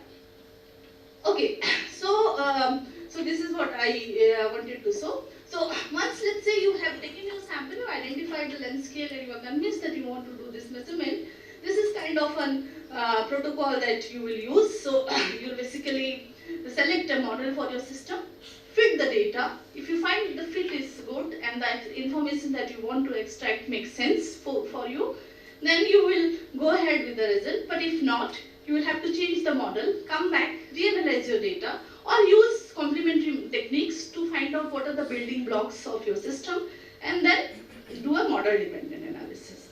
If you are an expert in this technique, which comes over working on this method for several years, you can actually write in general interaction code and extract I of Q, which is model independent, and which will actually, by fitting the data, you can identify both the shape and the size as well as the interaction parameter. So, for the beginners, the approaching this kind of approach works very well. Okay, so now as I am emphasizing that this is a model dependent analysis that we see. There are available free softwares which are there, like SASFit, Sense, all this, which are very user friendly. So even the first time users can go back and download the software and use to analyze your data. And once you have this, you can extract the structural parameters, interaction parameters, ordered or semi-crystalline structures. So this fundamentally the analysis is very similar to what you would do in XRD. Kinetic measurement is very important that one could use to extract the assembly mechanism, kinetics of assembly mechanism using these methods. And there are other things like you can do the contrast variation and anomalous sags to get even more comprehensive information from the sample. Okay, so these are the routine things that typically a SAGS user would do. But you can even go to advanced small angle X-ray measurement techniques, which involves actually some of the techniques that are listed here. For example, GI small angle X-ray scattering. So what does it mean? It means grazing incidence. So instead of signing your X-rays in the transmission mode perpendicular to the sample, you can analyze your thin film. So you use, like, you are aware of for the optical light, you are aware of the phenomena called total internal reflection. Similarly, in X-rays, there is something that happens which is called total external reflection. Okay, so that's where this phenomena has been utilized to design experiments to look at the surfaces and interfaces, which is called GISAX. I talked about kinetics. There is a technique called X-ray photon correlation spectroscopy, XPCS. Here, you can look at the kinetics of the order of milliseconds, and not only that, you can also do a length scale dependent kinetics, which becomes very important, especially when we're trying to understand, you know, what is the mechanism, what is the pathway for phase transitions and assembly processes and all. And of course, if you combine complementary techniques, like I said, USAGS, SAGS, WAGS, and you can get the whole length scale information for your system. And kinetics measurements you can compare with XPCS and your lab-based experiments as well. Okay, so if you are interested in using this technique, IIT Bombay has an user-based small angle X-ray scattering lab setup. So I invite users who are in research and working with nanomaterials and might think that this will be useful for their research. So the first thing is you have to do a literature survey and find out whether this particular technique is useful for your research or not. You have to find out the information about the system, and then you can discuss with me and apply for the time, and we will be able to help you with analyzing your nanomaterial and colloidal system using these methods. Okay, so now this is the basic thing that I wanted to tell about the technique part. I'll just try to demonstrate some of the claims that I made about what you can study in the samples. Okay, so this is particularly data from spherical silicon nanoparticle, and what you see is the scattering cross section as a function of scattering wave vector. So I know from my experiment these are spherical particles, so I model this data using the scattering factor cross section, which is given in terms of R and Q. R is the size of the particle like this. You use this equation to model your data, and you can then analyze this and find out about the concentration and size and etc. Okay? One observation that you make from this data is there are no correlation peaks, which means that the interparticle correlation is not there and it's kind of a dilute system. And that's how we start only modeling P of Q. Okay. So another thing that you see, even the single particle scattering doesn't show a nice oscillation in the data, which means your system is not monodispersed and it has a polydispersity in the size in the system.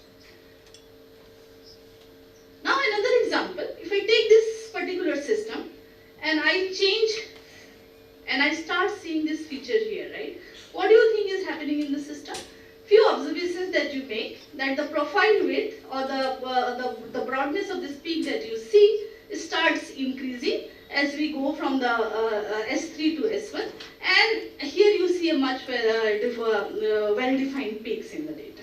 Okay. Now, what does it mean? It means that if I go from S1 to S3, typically first thing that you see is that the peaks are well defined, which means that you have a smaller probably dispersity in this sample versus this. Another thing that you notice is that the location or the position of this peak is shifting towards the lower Q, which indicates that you have a larger structure in your system. Okay, so if I compare S1, which is the brown curve here, somewhere here you see the peak. For S3 it is here. So if I go in real space and analyze this data, I find that it is almost approximately 1.7 times larger.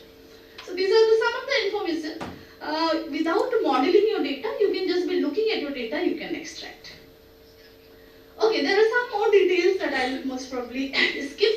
Or quickly, you can also estimate the interaction potential between the particles. Okay, you can do the detailed modeling of the sample and you can find out whether your particles or colloidal systems that are there in the solution are attractive in nature or repulsive in nature, what kind of potential field or interaction potential is between them. Okay, so this is an example that is demonstrating that. So we are talking about dilute system. Now let's quickly move towards the crystalline system. So this is how I motivated, right? So the red dots here shows a cluster of gold atoms, and each of this sphere here is indicative of one single nanoparticle.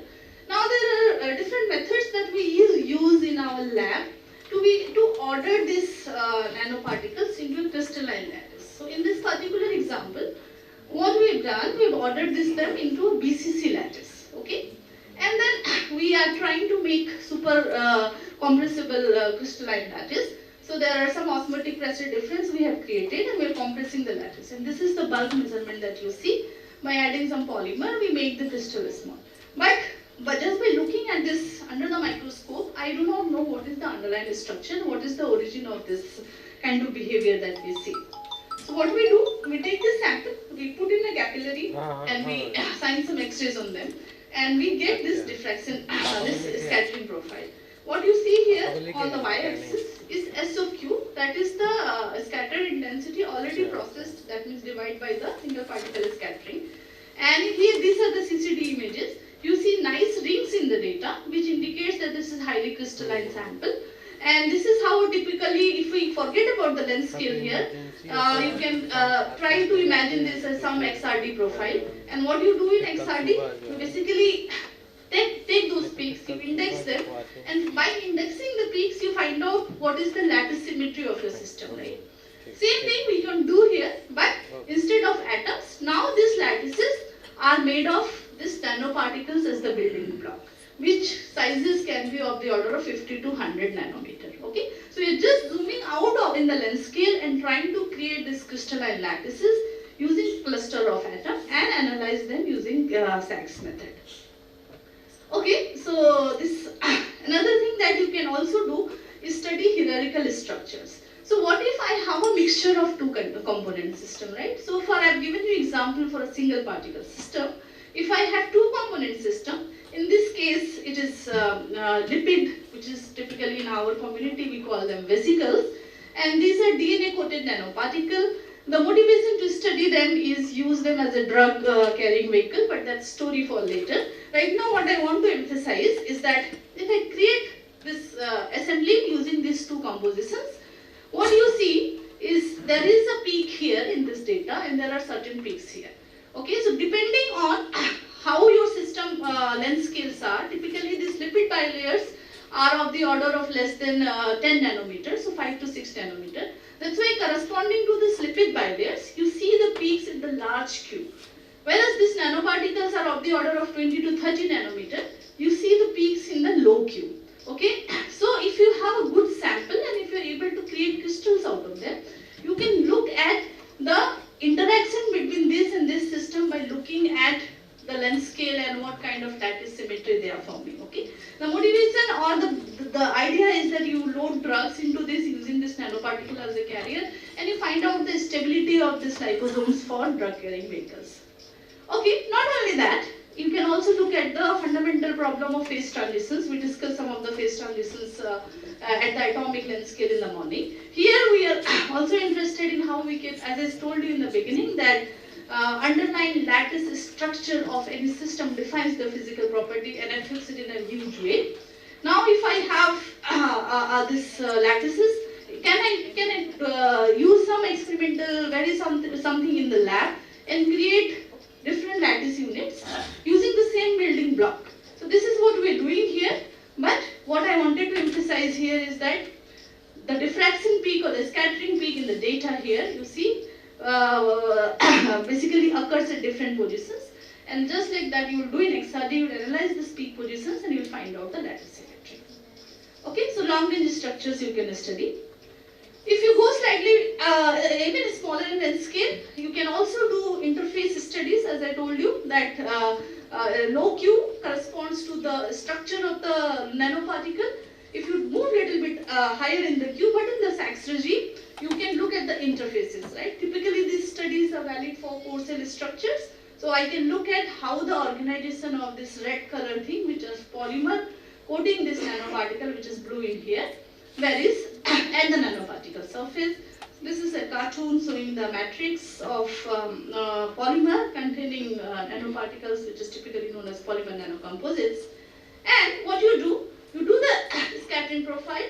And there is standard theory which tells you if you have a rough or a smooth or a diffuse interface, how this scattering should decay. So you plot your data in an appropriate scaling way, and you find out the scaling exponent here, and then you can convert that into, take a reciprocal of that Fourier transform, and then you can convert that into real space and get an estimate of the polymer morphology around the nanoparticle system. Okay, so this is a very powerful tool to in situ study the polymer morphology in a core cell structure, which to the best of my knowledge I don't think you will be able to do with any other technique. Okay, why that is important? That was important because, as I said, the physical properties depends on the structure. In this case, we have found that the glass transition properties, which defines the stability of your material actually, based on the thermodynamic parameters, depends on how this polymers is organized at the interface. So that's again a big story in itself, but typically these things, what I'm emphasizing is study of the structure at the nanoscale is very important because it controls the microscopic properties. Okay, now slightly bigger, let's say if we have something, as I said, big enough to not be seen in the Sachs regime, but small enough to not be seen in the microscope, right? Then what you basically change the instrumentation in such a way that you can go to ultra small angle scattering, and this technique is typically useful for glassy materials, hydrogels, etc., where you go in the low Q. Typically what you see is the network of structure formation, and that significant rise in the scattering profile in the low Q is a signature that you have a long range order structure. And again, you can analyze the fractal dimensions, get an idea about the surface or the volume fractals using this technique. Okay, those are the details. So one example that I want to discuss here is the scattering from this system, which is called Leponite nanoclay. This is a very popular experimental system. People working in the field of soft matter and interested in glassy dynamics, etc., and complex fluid. What I have here is, as a function of increasing concentration of this leponite, you see the scattering profile here. And why are this interesting? Like if you, if you take this structure and if you leave them by itself, this was something called aging behavior. So this aging property basically means change in the flow behavior of these samples, which comes due to underlying change in the structure. So that is what we are trying to identify here. And you can look at the data, model them, and try to find out an idea about the aggregate size, etc. So in this particular work, we have looked at the re-entrant glassy dynamics in complex fluid using this nanoclay as the building block. Okay, I said that I'll talk a little bit about the GI Sachs and what you have. So I showed you some example about the Sachs. In the GI Sachs, the fundamental principle remains the same. Instead, what you have is you have an X-ray, you shine them at a small angle on the surface so that a total external reflection happens. And if you have an ordered lattice, what will happen is, depending on what is the direction of the ordering, you will see the Bragg diffraction peaks in your scattering data. So once you are able to identify the geometry and you can estimate the scattering wave vectors, you can look at surfaces and interface. Again, this is a very powerful technique, and people working at surfaces and interface in terms of colloidal systems, I'm not aware of any other method we can do which can do in situ experiments on this. Okay. So one example I will show. So this what we have here is a lipid layer.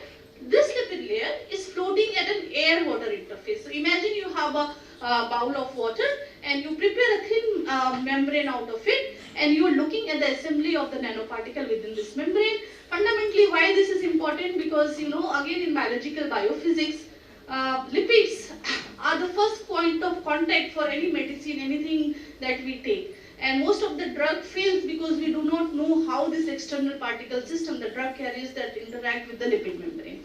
So that's what we're trying to do here. But coming back to how I can show the use of SAX, GI SAX method in this. So what I have is two different systems. I can tune the system in such a way that in one particular state the particles do not talk to each other, in another state they are talking to each other, and hence those are shown by these colors here.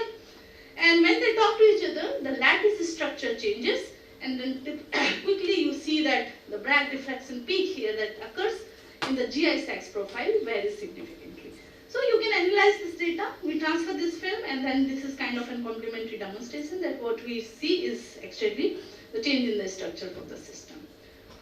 Quickly about the dynamics. So I told you about the structural measurement in solution as well as in surfaces.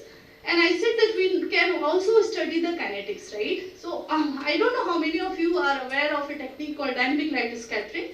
That is typically we use in the lab to find the size of the particle. It's based on fluctuations in the scattered intensity and Brownian motion principle. In XPCS, similar principle is used. Instead of laser in TLS, here we use incoherent X-rays, okay? So the phase part is taken care of. Now when this coherent X-rays interacts with the system, what we get on the detector is a speckle pattern here, okay? One can take this speckle pattern and calculate the correlation G of R of this intensity as a function of time. Once you are able to do that, you can fit this data and find out the relaxation time of the system. And the beauty of this technique is because you can do a Q-dependent measurement, you can find the relaxation behavior of your system as a function of Q. So again, people working with glassy system, glassy materials, that's a lot of debate about what is the origin of glassy behavior in terms of alpha beta relaxation, so on and so forth. Not going into details, but this is the focus of this particular study, and we have been able to basically so such a demonstration in certain systems that we designed in the lab, not going into detail again. This particular example, as I said about the nanoplane, there, here we are trying to find out the re-entrant glassy phenomena, and we have done XPCS measurement. We have compared those data. So this is something that is extracted the relaxation time as a function of certain parameters. That in this case it is the concentration of the sample, compared with the dynamic light scattering data and the bulk rheology, and what you see is a re-entrant glassy behavior. Fundamentally, these are interesting because what we have shown here is there is a depletion-driven attraction between the colloidal particle. Okay? Yes. So again, I'm towards the end of my talk. So typically, you will plan your experiment. You need to have some fundamental knowledge about your system. You can do the experiment, observe your data first carefully, decide the model and the initial parameter, fitting parameters.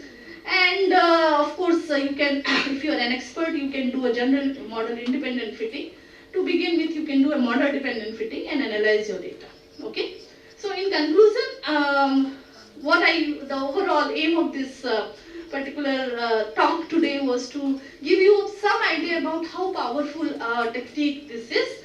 And this allows you to explore in one experiment many property of the system, structure, shape, size, interaction between the particles. And once you have mastered the technique, you can go ahead and also try to explore the kinetics and dynamics of the system. So that was the overall idea. And as far as I'm concerned, I've been a user of synchrotron technique since 2007. Initially, my journey with synchrotron began at Advanced Photon Source. We have expanded our collaborations at NSLS, Spring 8, Australian synchrotron facility, and now DAISY as well. We are planning to do some experiment.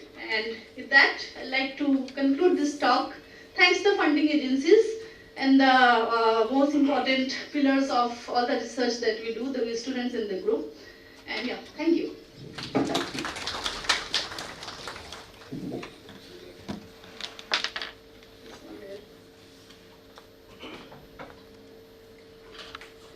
Thank you for your wonderful talk.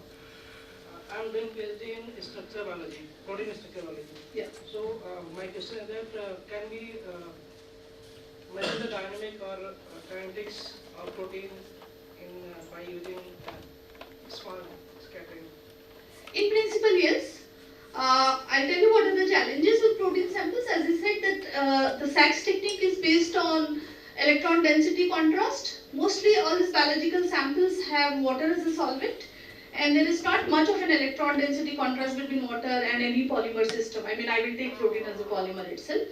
But if you go to a reasonably high density, we are able to actually look at the structure. That's one comment. The other thing, you might have to go slightly lower in the Q, because typically the protein size is like 200, 300 or in that range. So what is the limitation, like how size of protein you can measure from this? So limitation in terms of structure determination, you are saying. Again, protein is something which adopts multiple conformation, right? So it is not static in structure. So you have to actually test many samples and get any statistics, which is not a problem. These measurements are small. Only the challenge that I see is that you have to optimize the concentration range. Once you are able to do that, you should be able to analyze your protein structure. So in terms of interaction, like I want to show that two protein interact with each other. Yes. So we can measure from this like a small scattering. So we can measure like binding affinity and the energy, how strong they bind with the. Yes, those are the parameters that doesn't directly come out of your data, but you have to model your data, and depending on what model depending on what is the feature in your data, you will choose an appropriate model.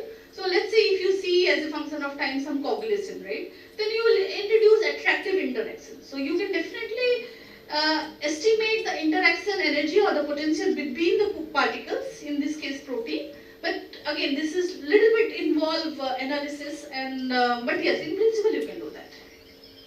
Thank you, ma'am. Nice talk. And as you told that here is a pattern obtaining small angular X-ray from cluster of data.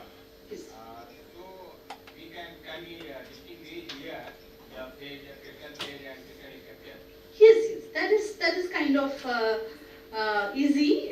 If you have a highly ordered system, you can do that. The analysis that for example here, right, I showed you. So what you see, once you have a crystalline structure, and if you have extracted the S of Q, the structure factor, the analysis is very much similar to what you are used to doing in XRD. So you take these peaks here, you index them, you compare with the inventory and find out whether it is a simple cubic, BCC, hexagonal, whatever. Only the length scales are shifted. In XRD typically you will find it above 10 degrees, and here it is bigger. So here we can directly identify the our crystal structure is amorphous or crystalline. Of course, yeah, those you can do. So if you have an amorphous, maybe I should show you the 3D system, not the 2D. Yeah.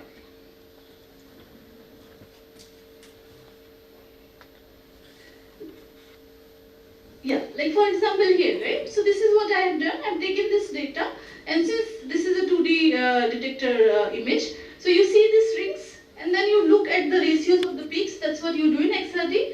And by ratios, I found out that these are in BCC lattice.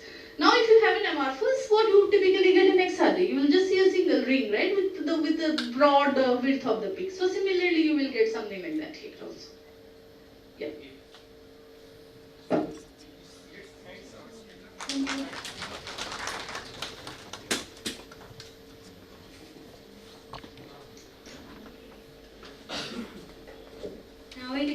Professor Pal to give a memento to Professor Srivastava.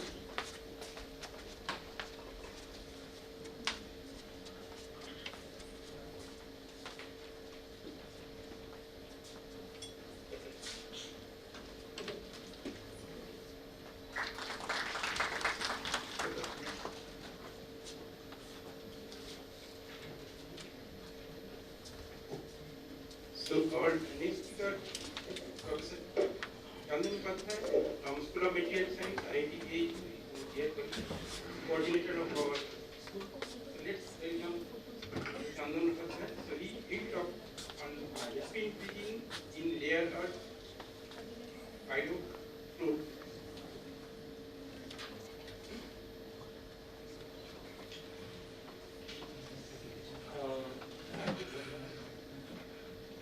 Thank you, Bolaji. So today I will be talking about spin freezing and how we can use X-ray refraction from Synchrotron to solve some of the issues, some questions related to the magnetism which our system has shown. So that generally the example which I took is from the rare earth pyroflow. And when we talk about pyroflow, it belongs to a very frustrated system. So what happens in case of a frustrated system? That is, there's an ordered atomic arrangement, but the spins are not ordered if they are the magnetic ion down there. And then it doesn't show any conventional magnetism. Conventional magnetism in the sense that you won't find it like if the system is ferromagnetic, perimagnetic, antiferromagnetic. Then another important factor which come out of this frustrated system is that the ground state doesn't have the if entropy is not minimized down there. There is a residual entropy is there. That means in other sense that the ground state has multiple configuration. I mean there is multiple states possible at the ground state of the system. Then no long range ordering is down there. And one has to look into the local orderings as well. So, and then these systems are really, really important in the sense that they are extremely sensitive to the perturbation and the quantum mechanical effects. So if you disturb the system a little bit by some external stimuli, you see the results are different than what you have observed earlier. So how to define these systems? So what happened, I mean, in order to, in order to define a frustrated system, what you have to do, you have to take the temporal average. Temporal average in the sense that you are actually, you're looking into your system's ground state over the period of time. And then you take the spatial average. Like, I mean, if this is some configuration here, and the configuration there, and the configuration there, and the configuration there. And if you, find the difference between these two, and then difference is 0, the system is not frustrated. And if there is a difference between the temporal average and the spatial ensemble average, then we call it the system is a frustrated system. So that's the way one define it. So it may be an example either in the spin system or some another arrangement. So it's not only we talk in terms of the magnetic spins frustration. This can be arises anywhere. The behavior spatially and temporally is not same. Then the system goes into a different ground states, and then it's confused that what could be the reality down there. And how it does it? It does it through the existing pair, one-to-one pair interaction, and then an average over the all pairs. Okay, so that's the way one do it. So classical energy, I mean whatsoever is possible there, it's not able to minimize it, and then this leads to the frustration. So to summarize this, the ensemble of interacting components, those we cannot settle into the state that minimize each interaction, is defined as a frustrated system. Here we will taking up the example in case of the magnetic one. So how to realize this? you know that, and in case of a magnetism, this very simple way to tell that either it's the ferromagnetically ordered or it's antiferromagnetically ordered. Okay, so ferromagnetically ordered, we all know that all spins are aligned in a particular direction. So my spins, I mean, if I'm taking an square lattice, all spins are going in one direction. Either they are going in another direction. There's two possibilities are down there. System is ferromagnetically ordered. There is no confusion at all. Another possibility is that the pair-pair interaction is antiferromagnetic, and then either they are antiferromagnetically coupled. This is one example, and or we are changing the system. That either this is up, this is up, this is down, or this is up, this is down. Then again there is no confusion, and there is the system find its ground state. So in case of a square lattice, situation is perfectly fine. I mean there is no issue. And what we are doing here, that we are assigning the magnetic spin to each square lattice points.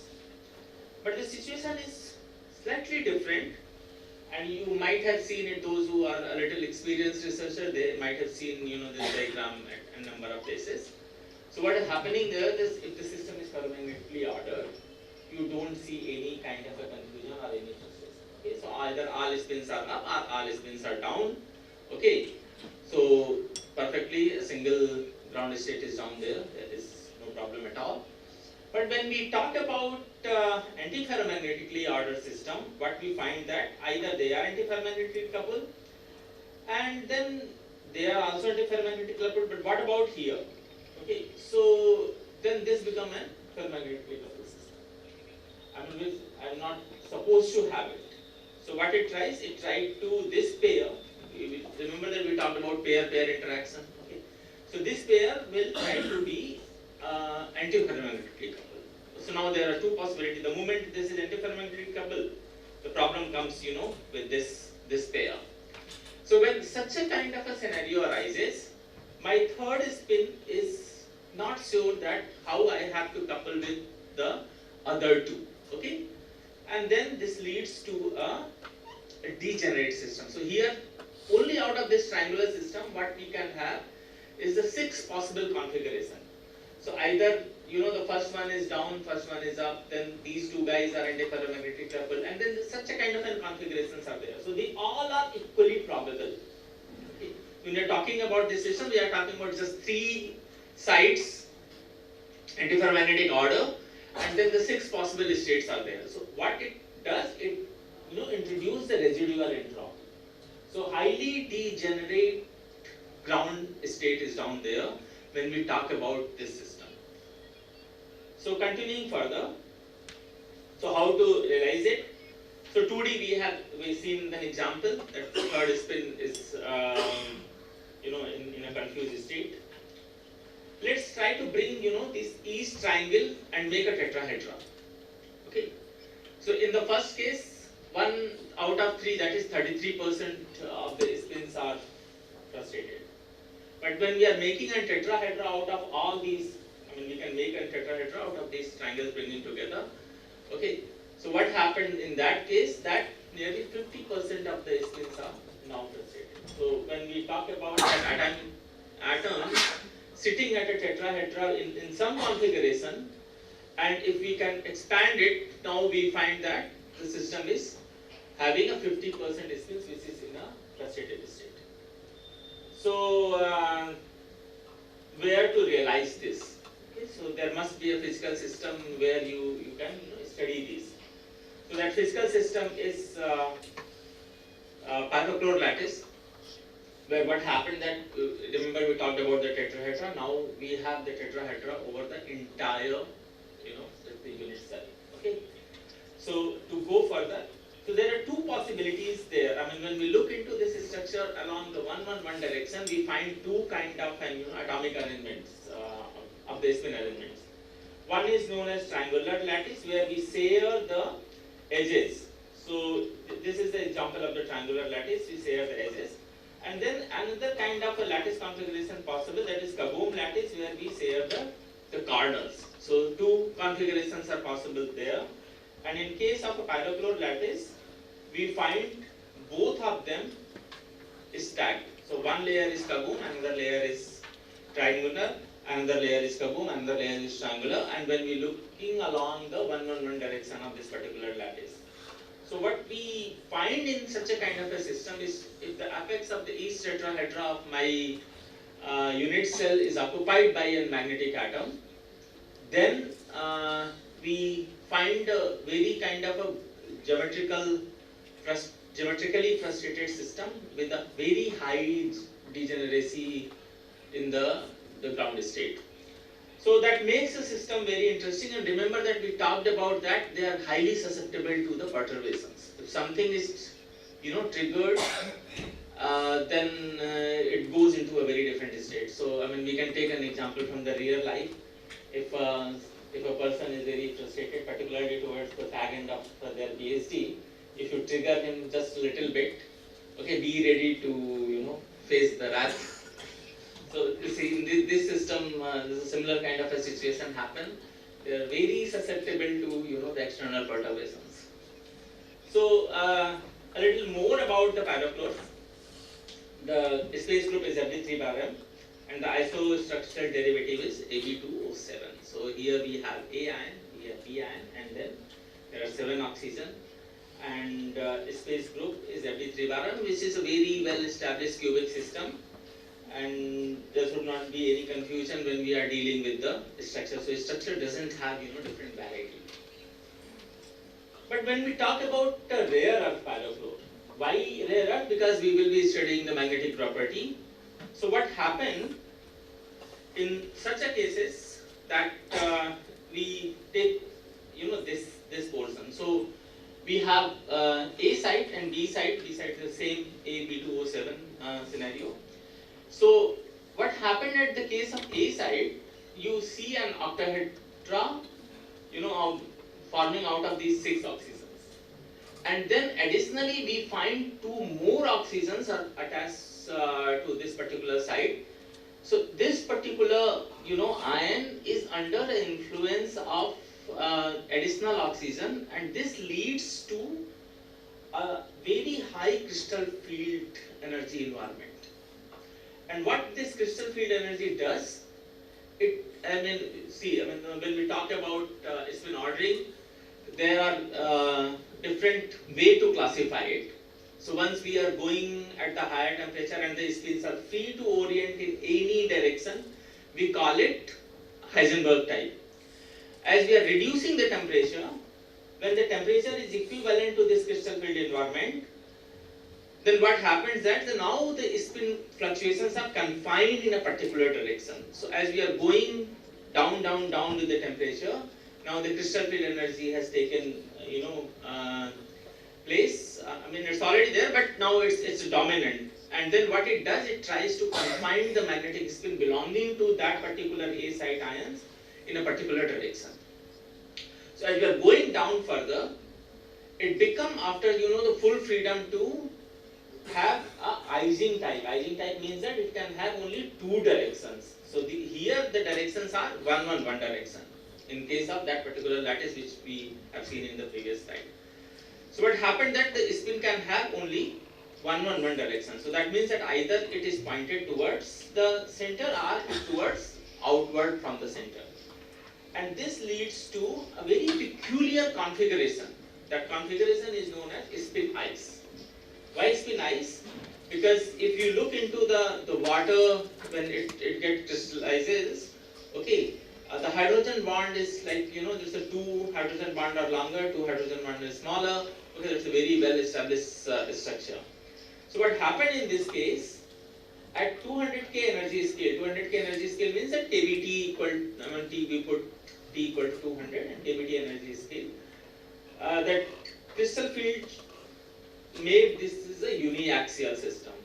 And then now we have a configuration where we can have either all our spins going and centering towards the center of the tetrahedra, or 3 are pointing towards the center of the tetrahedra, 1 is pointing out, or finally its state is 2 is pointing towards the center of the tetrahedra and 2 is pointing towards the outside. So there are several possible configurations are here. And this possible configuration leads to very high degenerate state in this particular lattice. And when we have a very high degenerate state, my system is susceptible to study it further. So what drive the, this system, the Hamiltonian which govern this system, is basically constitute two parts, the crystal field part and the spin-spin interaction. Spin-spin interaction, we all know this, this dipole-dipole interactions are very, very small. In case of a normal spin interaction, when we talk about, if there is nothing very, something, strange is going on, the dipole-dipole interaction value is very small. Even some small 1 Kelvin, 2 Kelvin energy is sufficient to destroy that the dipole-dipole interactions. But here we are talking about rare earth. So rare earth itself is having a very high magnetic moment associated with each ion. So something of the order of 10 μV, 9 μV of that order. So we cannot ignore now the dipole-dipole interaction. So here the whole system is governed by the crystal field interaction as well as the spin-spin interaction. And the spin-spin interaction again comes having two parts. One is the exchange Hamiltonian. Exchange Hamiltonian, we all know that which generates the ferromagnetism in the system. We call it exchange Hamiltonian. And then another fraction is dipolar interaction. Now we cannot ignore it because the magnetic moment itself is very high. And we will be talking about a very low temperature phenomena. The dipolar interaction is very high, so we have to account that as well. So again, there are different parts. Exchange is again split into, anisotropic exchange, isotropic exchange, pseudo-dipolar, DM interactions, many more things are there. But in turn, what we can do, we can summarize this whole thing in two parameters, which is known as DNN and JNN. So these two parameters are important, where we will be actually dealing with, we are now ignoring the crystal field, we are totally dealing with the magnetic fraction of it. So dipolar energy between two magnetic moment DNN is there, and then the exchange part JNN is there, and then we can actually define an effective J, which is a combination of both dipolar as well as exchange. Why this is important? Because depending on the ratio of the JNN and DNN, so here, okay, and then this is the temperature where we will be, this ordering takes place. So JNN, DNN 0.91 is an important parameter, where on this side, if you are going further, this particular zone here is all this system which have JNN, DNN ratio by 0.91 get stabilized in the spin-ice configuration. The moment you are towards the other end, then this become an antiferromagnetic order. There is no spin-ice phenomena which I explained a minute ago is possible there. And if you are going towards a little higher temperature, then we are in the paramagnetic state. So this side JNN is antiferromagnetic, another side JNN is ferromagnetic. So essentially this leads to a very complex phase diagram from the point of view of the magnetic orderings. Okay, remember that in the beginning I said that they are susceptible to small perturbations. Okay, so my small perturbation will come from where? If I peak my JNN and DNN, the small perturbation will be there. Okay, and then I don't have to do a lot of things in tweaking that JNN and DNN. Okay, so a little bit here and there. The system has gone from spin-ice to antiferromagnetic, system has gone from spin-ice to paramagnetic, antiferromagnetic to paramagnetic, and all kind of possible configurations are down there. So here we have, a well-established system. They are dysprosium and holmium based titanates. So on my A side and B sides, I had it there. So here my rare earth is down there, which is bringing me the magnetic ordering, and titanium is stabilizing this whole ferrochlore lattice. So fine. So when magnetism of these systems were studied, what we could find that As I said, in the earlier, as we are reducing the temperature, now the Heisenberg kind of a configuration, that means that any possible direction, possible spin configuration is now getting confined in a particular direction. And then ultimately it becomes Ising type. This means that there are only two possible configurations are there. So what happened that with the temperature reduction, you find two kind of a freezing in the system. Okay, that is visible in the case of magnetic data. Okay, and in order to study the spin freezing, we have to take the dynamic response of the magnetism. That means that the AC susceptibility has to be studied. So two spins freezing are observed, one at around 16 Kelvin and then another is around 3 Kelvin. Okay, so the data here doesn't show this. You see the black data. Okay, it doesn't goes up to 3 Kelvin. So if you it doesn't go to millikelvin. So in order to realize this whole spin ice configuration, one has to go to millikelvins. So fine, there is no problem. That's supposed to be a paramagnetic response. Okay, if you analyze that the frustration fraction and all this, you find that system is supposed to be highly frustrated. It's not purely paramagnetic. Fair enough. So how to unleash that spin freezing? How to realize that spin freezing? So in order to do so, what you have to do, you have to put the system under DC bias. Okay, and then what you are doing, you are changing the whole energy landscape to another level where the DC bias is present there, and now the temperature is taking its role. So you apply a magnetic field, and 0.75 Tesla is the minimum which you need to realize these freezings. So at that particular DC bias field, you started seeing the spin freezing in this system. Okay. So both STO and DTO, they show both the spin freezing, and it's possible to realize it at a applied field of 0.75 Tesla or something like that. Okay. So fine, but one thing which you might have also noticed that as we are increasing the field, these freezing temperatures are actually shifting in a particular direction. Fine.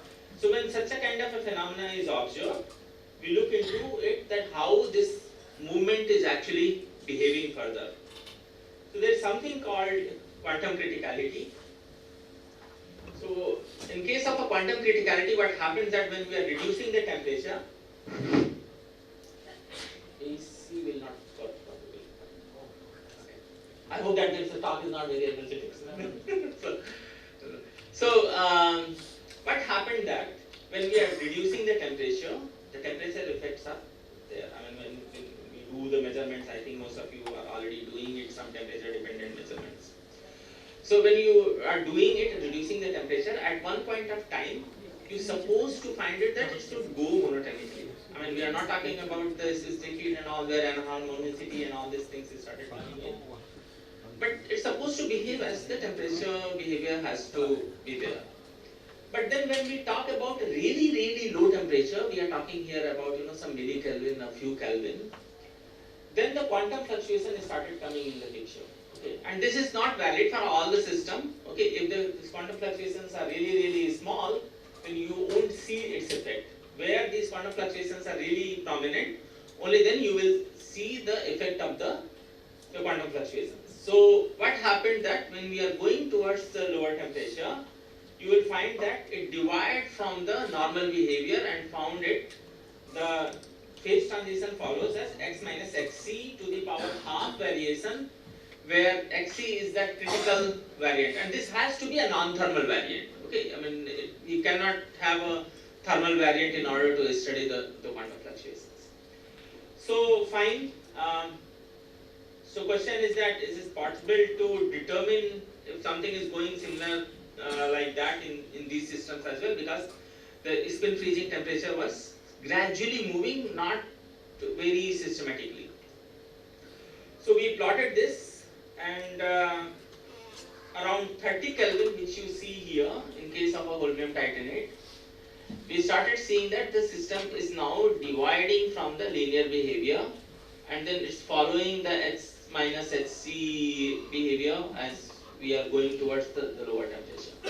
So this is the freezing temperature which we found it with respect to the different applied field. This is the applied field, and it turns out to be that in case of STO, the critical field, there are two freezing temperatures. I remember that one is the one where they started aligning in one direction, and then another where they are totally aligned it. So one is, this is called single anisotropy, another is called ice freezing temperature. So it turns out to be that the single ion freezing has a critical field of 340 austrate, and T ice is having a critical field of 1400 around that. What does it mean actually? That means that in order to circumvent the the effect that quantum fluctuation has brought in, we have to apply this much of field to destroy it. So that's the meaning of the critical field. Okay. So if I have to again, so how much contribution is coming because of the quantum fluctuation? This is another measure of and one way one can measure it through the critical field analysis. So here it is that in order to circumvent that contributions, we have to apply at least this much of the field. But holmium is fine, but we found that in case of dysprosium, the single ion freezing doesn't behave, doesn't show any quantum fluctuations, effect of any quantum fluctuation, whereas the spin ice temperature is perfectly fine. Here the critical field is in the negative direction, okay, around 1500 austrate. So okay, so what is happening around this? So 30K is that scale. So what we try to do that, let's see that if something is happening, some other structural parameters are actually getting affected out of these transitions or not.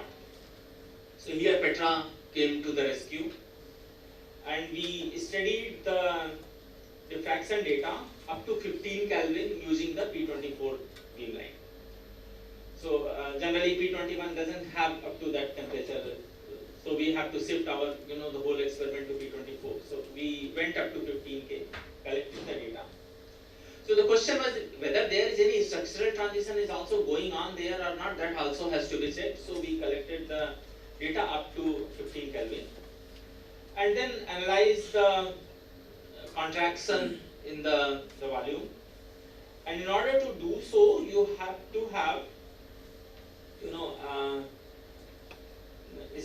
study the volume using the Debye-Gruneisen formula. Okay, but we found that this is going fine, but here around 30K, okay, these are getting devoid of this usual behavior.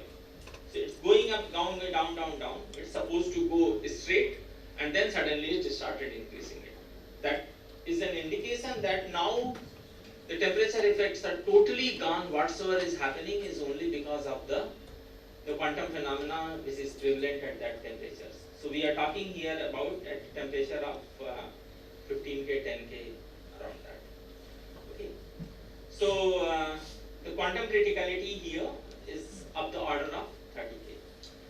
This we analyzed it, took a bit of time to understand, and then next system has been taken up. So now I am coming back to that phase diagram again. So in the first, third or fourth slide I said that the system is very susceptible to external perturbations. So external perturbation can be anything. Okay, it can be either some chemical species down there, or some applied magnetic field, or we are straining the system by one means or another. Okay, so here we try to put chemical pressure in the system so that we can tweak the JNN and DNN ratio. So what we did, we picked up another species, okay, germanium instead of the titanium. So titanium is down there. So instead of titanium, we started putting a little bit of germanium in that, so that the system started getting contracted. Okay, the reason is very simple, because the ionic radii of germanium is much lower than the titanium. Okay, and if you replace germanium with the tin, so it will try to expand the system. So, and what we are doing here, we are not disturbing the magnetic ion at all. So whatsoever the magnetic configuration will be there, that's very much there. Only thing we are doing it, we are changing the bond lengths and putting the system under some sort of a pressure. In this case, positive pressure, because the system is shrinking. So we synthesize a series of samples. 25.25 is a kind of a critical limit. Above this, it was not a single phase. Remember that. The germanium pure germanate is another space group, not the FD3 barium. So we don't want to disturb the structure at all. So up to 0.25, it remained in the cubic structure. So I can apply my hypothesis to study that what effect this is bringing. So then that is constant as expected. Shrunk, and beyond 25, it was altogether very different phase. It was very difficult to analyze also. So anyway, so here we again studied. So what we have to do, we have to apply a magnetic field. We have to apply, study the whole dynamics under different magnetic fields. So behavior of the single ion spin freezing is dependent on the applied magnetic field. That was along the expected line. There is no nothing like Doha kind of a thing. But something interesting happened, that another spin freezing, which is coming because of the ice freezing, shows no effect at all. Okay, so whatsoever is the applied field and whatsoever is that the contraction which we are introducing through the chemical pressure, is there is no change at all. So spin, that ice freezing is almost constant. And when we are talking about why this is an important information, when we are talking about some devices where we need to have different multiple states, okay, here is one system where the external stimuli, like some impurity or some other inclusions, is not going to affect my ice temperature. So that is a very rugged one. So if I have to exploit the electronic property of related with that particular spin ice phenomena, I have a system where I can explode it further. So fine, so far so good. We have to take up now the next phase of the experiments. Here also system remain the way it was supposed to be in case of the holmium system. So again, now what we started doing it afterward, after applying the chemical pressure and all, we put some magnetic ion at the non-magnetic sites. Okay, and manganese is, if you in the preliminary studies, if you want to do it, manganese is a good inclusion, where manganese is supposed to have it quite spread over wave function, and then magnetic interaction get troubled by that system a lot. So manganese is quite notorious in that way. So what we did, we include manganese at the non-magnetic site. Okay, again here the limit was 0.20. Beyond that, it started getting crystallized into another system. So here one thing which I want to highlight is, as if you look, that x equal to 0, if you are going down, you don't see any signature of spin freezing. Okay, and here we are doing the measurement up to 2 Kelvin. Those who work in the cryogenics, they know that up to 2 Kelvin, the whole technology of cryogenics is very different. And below 2 Kelvin, we have to put a lot of different technology if you want to study that system. Okay, here the limitation was that the instrument itself has a limitation up to 2 Kelvin. If we want to explore it further, we have to go down. But they are well studied system. Below 2 Kelvin is already studied here and there, so there is no issue. But as we have going further, at point 1 we started seeing, that the signature of the single ion spin freezing started emerging.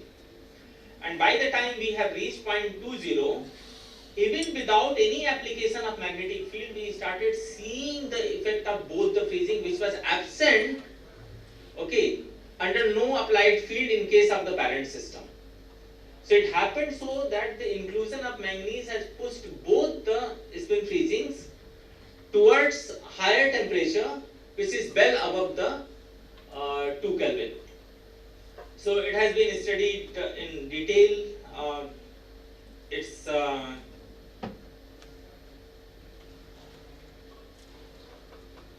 low temperature XRD has also been studied, that what is going on in our, but so here I like to highlight you that in case of the parent system, whatsoever we are seeing, that the deviation is again 30K was important. So 30K from 1, it was going down. In case of the manganese inclusion, this started happening around 70 Kelvin itself. So whatsoever the phenomena which was prevailing at 30K in case of the parent system, it has been pushed to a higher temperature of around 70 Kelvin also. So a bit of the, so here the deviation of the lattice from the Debye behavior below 70K confirms that the prominent crystal field is now playing an important role around that particular temperature that is associated with that anionic structural distortion. So still there is a lot of issues associated with this system. One issue is that we try to do a bit of theory. So this is the band structure. So as we introduce this manganese in the system, a band started appearing at the Fermi level itself. Okay, I mean, being not a theorist, we are still trying to understand it, and that problem is open. If anybody want to work on it, they can pick it up and try to understand what actually happening, what is causing that band appearance exactly at the Fermi energy. So we thought of that probably manganese is doing something nasty. We try to do the calculation for not the spinized system but XY pyrochlore, which is LVM system. There the manganese doesn't show anything. So it has something to do with some magnetic coupling between the dysprosium ion and the manganese ion. So to conclude it, so quantum criticality has been found in titanate pyrochlores. Chemical pressure can be used to tune the magnetic correlations. The electronic properties of this system is yet to be explored, and theory for such system is still under the development. And out of the DST-DAISY collaboration, all these are the students, Manjari, Pramod, Rajnikant. This publication came out of this work. So thank you.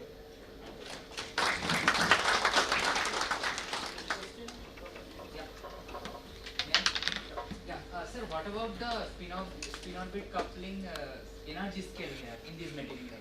200K. So it is 200K when the crystal field is playing role, and around 16K about the spin-orbit coupling scale. Also, sir, can you please elaborate on that single ion anisotropy? I mean, where does it coming from?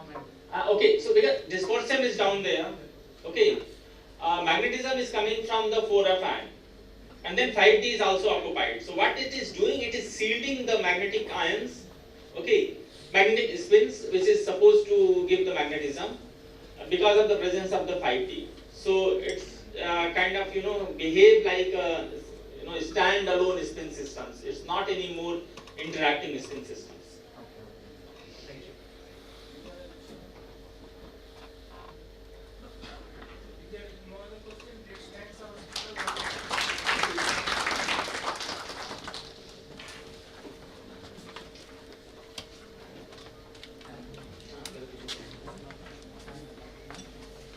Now I request Professor Pal to give a present a memento to Professor Upadhyay. Please give a big round of applause.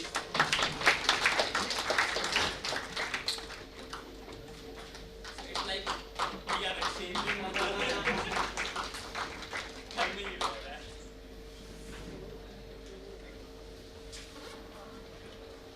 It's a wonderful session, Professor Pal. Now I will request Professor Nikhil Kumar to give a present a memento to Professor Pal.